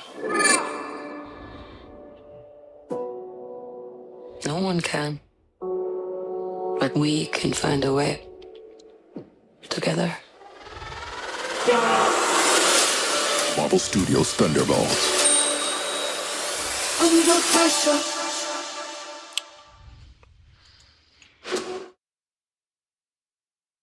Fantastic Four trailer was better. I think Thunderbolts trailer was better. I agree. I think the Thunderbolts was significantly better. Like, that made me want to go see that movie, and I had zero interest in that movie. Yeah. The Void doing that to them people is absolutely terrifying. And you were right. They didn't even show Taskmaster. Yeah. So she's dying early. And we're okay with that because that was a terrible They Taskmaster. ruined Taskmaster. But no, I thought that looked kind of dope. First of all, just turning into a shadow is terrifying. Yeah. Yeah, and being like smeared into the ground. That is absolutely terrifying. I take back what I said. I think that looks interesting. I might have to go see that. I'm going to see, absolutely. Yeah, I'm definitely going to see that. Yeah. That movie definitely looks really good. Because I like Bucky, so I liked Bucky. I like Yelena. Fuck Bucky. And we know you don't like U.S. Agent. I don't like U.S. Agent. I absolutely hate him. I don't like Bucky because they jumped Iron Man. Oh my god! Because he killed his parents. We've already had dirty New York dudes. But yeah, that trailer was really good. I liked it. Like, I'm curious on what's going to happen with Sentry / Void after this. Because I'm sorry, even if he regains control, me as a regular person, like, dog, he can't be around anymore. Yeah. Right. Like, because what's to stop him from turning into Void again? Yeah, true. Like, that is terrifying. I gotta see how this movie plays out. What do they say, May 2nd? Yeah. 2nd or 3rd, yeah. It's a few weeks away. Yeah, 2 weeks. 2 weeks? Mm-hmm. Yeah, I guess I'll be checking it out. Shit, shy 2 weeks away, yeah. Well. Yeah, that trailer was really good. I liked it. Yeah, they got me interested. And I wasn't, because I don't care anything about any of them characters, but yeah, no, that's definitely interesting. All right, cool. I liked it though. I still like Fantastic better, but see, I didn't like I liked the first Fantastic Four trailer better than the first Thunderbolts trailer. Right. I agree with that. But I like this Thunderbolts trailer better than this Fantastic Four trailer. I agree with that too. Yeah. So yeah. But all right. Well, I'm definitely gonna be checking out New Rockstar so he breaks down these trailers. I like his breakdowns. Okay. Their breakdowns. You got to send me the link to same. to watch it. But, yeah, that YouTube channel's great. Yeah. Well, Trash Text? Yes. Yep. Anybody want to go first? Yeah, actually, I want to go first. I got 2. This one's a quick one. Yeah, I know. Like after I said, you guys were like, "Well, it is 2025. The animation's different," but the One Piece animation today is better than any animation Dragon Ball's ever done. I'm taking a shot at Dragon Ball fans because they bashed, "Oh, the animation's terrible," blah blah blah blah for One Piece. It's better than anything they've ever did animation wise. I mean, Dragon Ball's still going too, so yeah, but the animation's still better. Yeah, like I'm just taking shots. Well, I'm just saying that's not much of an excuse because Dragon Ball has right. No, I see what you're saying. Yeah, how's it going? So, which I have watched a few episodes. I got to get back into it, but no, I mean, I think One Piece's animation has been phenomenal since Wano. Yeah, it's sort of getting better in Whole Cake, but yeah, I agree. Wano is when it took off. Yeah. So But I just want to throw a shot at the Dragon Ball fan. You got anything on that, or you just kind of like whatever? Just kind of. I can't comment too much because I'm just in Wano. Yeah. So I can tell the increase in quality. Yeah. But I haven't seen enough to be able to make a statement one way or the other on that one. Yeah, wait till you get to the fights. That's because Dragon Ball Super, the animation on there was dope. It was, but so yeah, no. As of right now, I don't agree with you. Okay. The sliding up Kamehameha was dope. Absolutely. The King of Hell in One Piece was phenomenal. But haven't gotten. We'll get to it. So what else you got? Oh, this is for Generation X. I'm a millennial, so yeah. Could y'all please stop sharing that stupid meme of we were the last real generation to play outside, drank out of the water hose. We did all of that. We did all of that. we rode our bikes. We got hurt. We fell off the bike. Our mom put the Band-Aid on us. We had our Flintstone vitamin. Band-Aid? Or Band-Aid. Flintstone vitamin. Dirt in it, whatever. Hey, I had the Flintstone vitamins, though. But just anything. We rode our bikes. We played outside. We did that stuff. We stayed outside till the street lights came on. We stayed on after street. Stop saying you're the last generation to do it, because you were not. Bro, we used to be outside playing Release the Den for hours. Exactly. Hours. My parents didn't even know where we were half the time. They just knew I would be home before the street light came on. And I'm even going to take it even further, because while I'm not going to say all kids do, I know one of mine actually does go outside. Wesley went outside and played.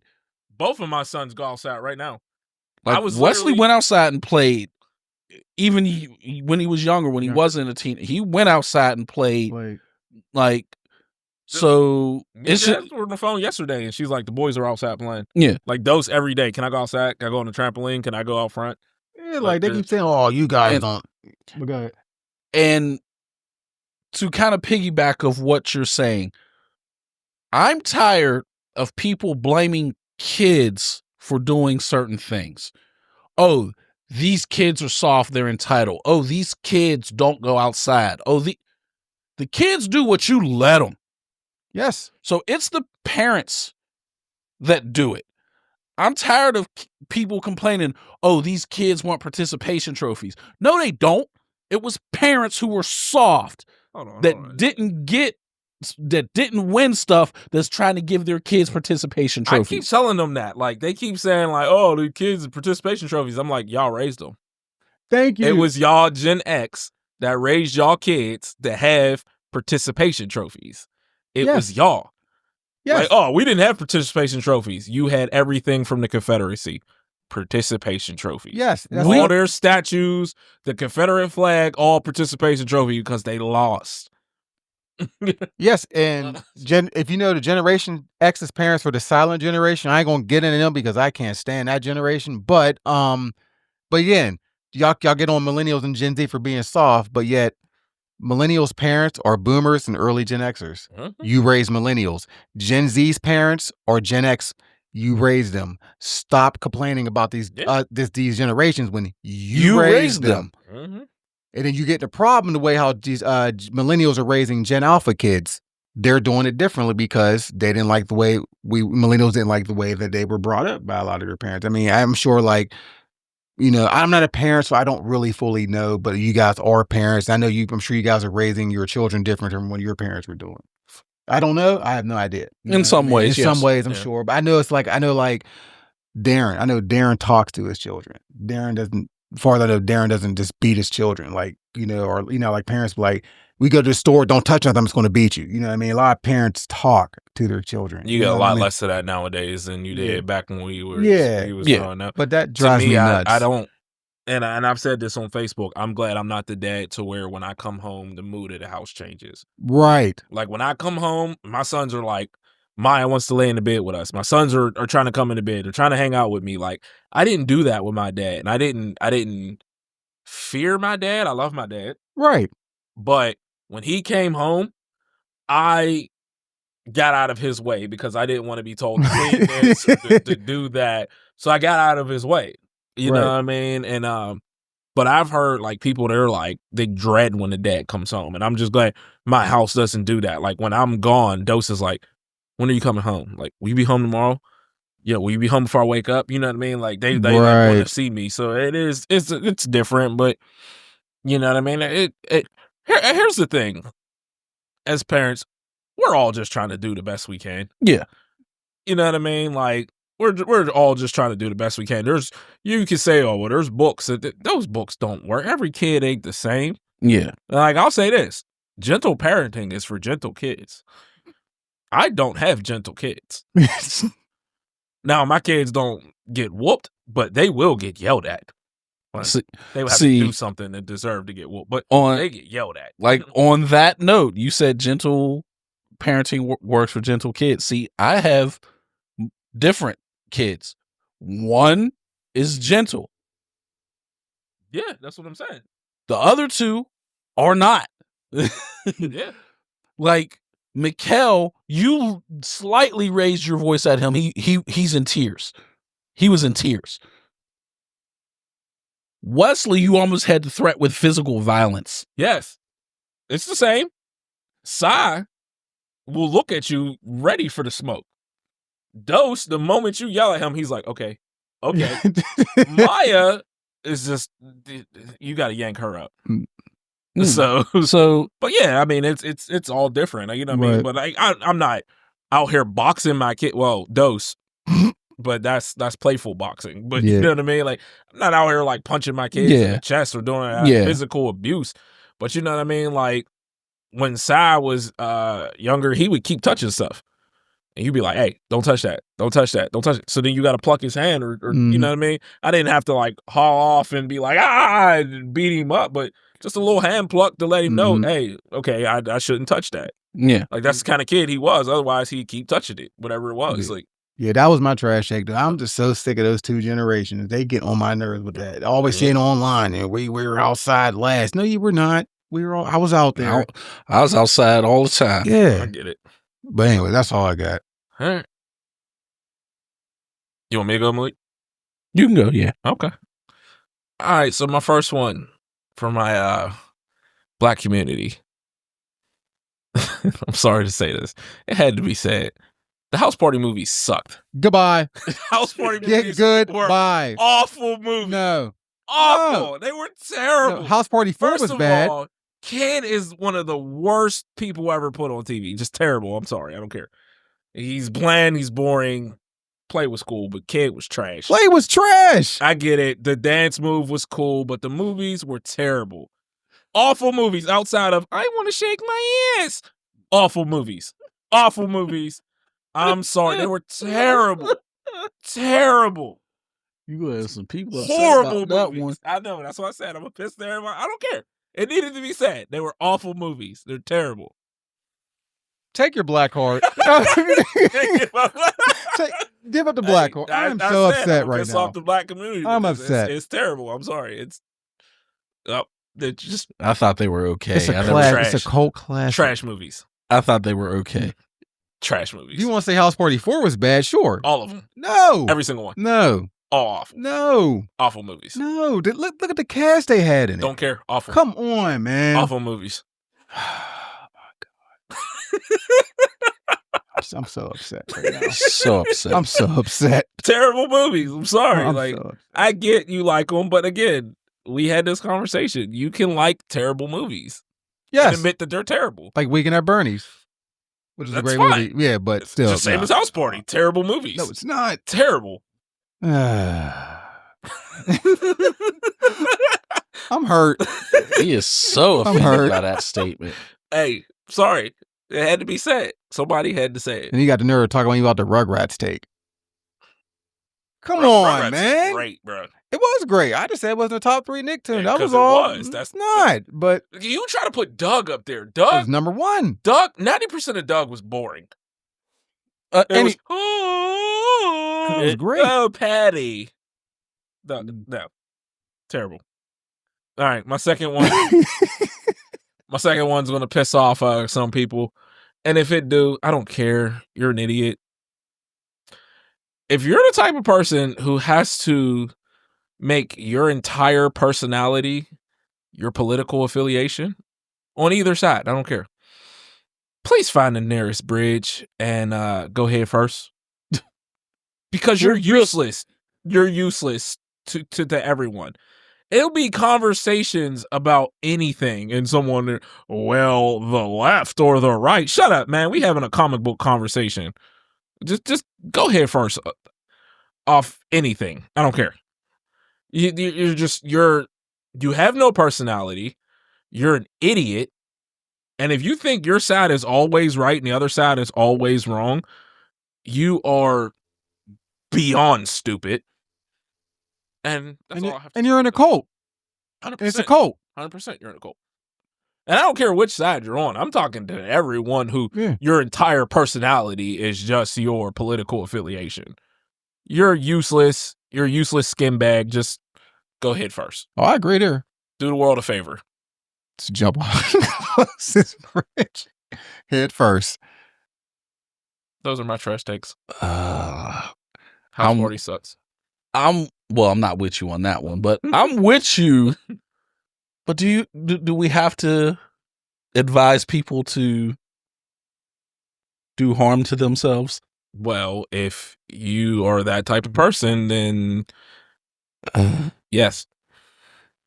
Okay. You're useless. What's yours? Let's go a lot lighter than that. Tim, you may agree with me. I don't know about you, Q. I don't know if you'll agree with me or not. But the X-Men theme song is not the best 90s theme song ever. It was a great one. It was a great one, but no. It's great. It's not the best. I like Gargoyles more. Two that I could think of off the top of my head that are better. Darkwing Duck. That was a great thing. Fire. That was fire. Pokemon? Oh, yes. What? I know Pokemon is more known, but no, that's just because you didn't want to be the very best. Like no one ever was. To catch them is my real test. But and the other one that comes off, these are just off the top of my head. There's probably more that I could probably come up with. DuckTales. Oh, DuckTales smacked. No, it did. But Goof Troop was a way better theme than DuckTales. Goof Troop was a good one too. That's what I'm saying. I'm saying these were two that I thought of off the top of my head that are better than X-Men. But to be fair though, X-Men didn't have any words in it though. So that was their choice. Yeah, true, but I don't know. That was a choice. That Darkwing Duck smacked. Darkwing Duck smacked. Yeah. I would probably put Goof Troop over it, X-Men theme. But I got X-Men like number 2 probably, much pretty more. But I disagree with you on the DuckTales. I like DuckTales. Pokemon and DuckTales are better than X-Men. They're more known, I think. But no, Pokemon is definitely more known. Pokemon, yeah. Pokemon's definitely more known. DuckTales, no. X-Men is the most known theme song outside of Pokemon. Okay. But to our generation, yes. But outside of our generation, with DuckTales, I'm sure a lot of them younger kids don't know about DuckTales. Exactly. But like I said, we do though. But they'll know about X-Men before they know about DuckTales. Oh, absolutely. That's my point.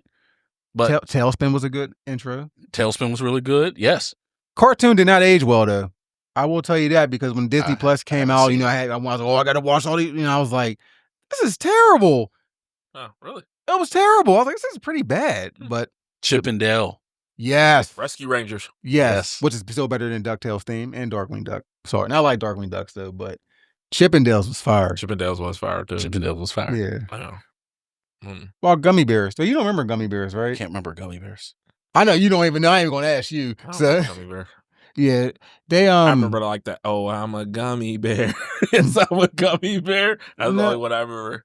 They would like drink this juice and they would like get power ups and just kick ass. I really don't know what you're talking about at all. But that's all I got. No, that was a good take though. I'm not. Yeah, I agree with that. Yeah, I'm not upset with that at all. Like I said, I just got. That's what I said. I thought you would agree with me. I said you would. I thought you would. No, but trust when the Pokemon theme comes on, I do sing it.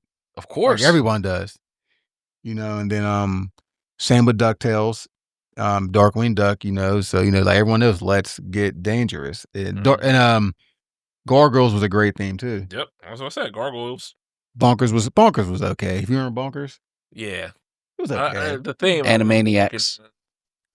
No, it's not better than Animaniacs. Wasn't that great? Yeah. I still liked it. I didn't say it was better. Yeah. That show was some of those jokes now as an adult. I'm like, You pushing the boundaries here a little bit. What about Spider-Man? It's not better than X-Men, No, I agree. Yeah. but it was a good one. All right. Yeah, that was a good take there. I like that. Yeah, that wasn't bad at all. Remember the Mighty Ducks thing?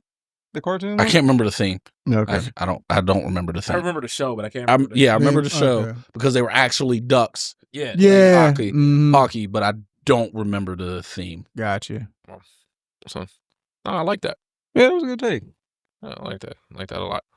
Still mad about that house party. We gonna talk about that one next time. Whatever. Still mad. You upset him. Sticking to it.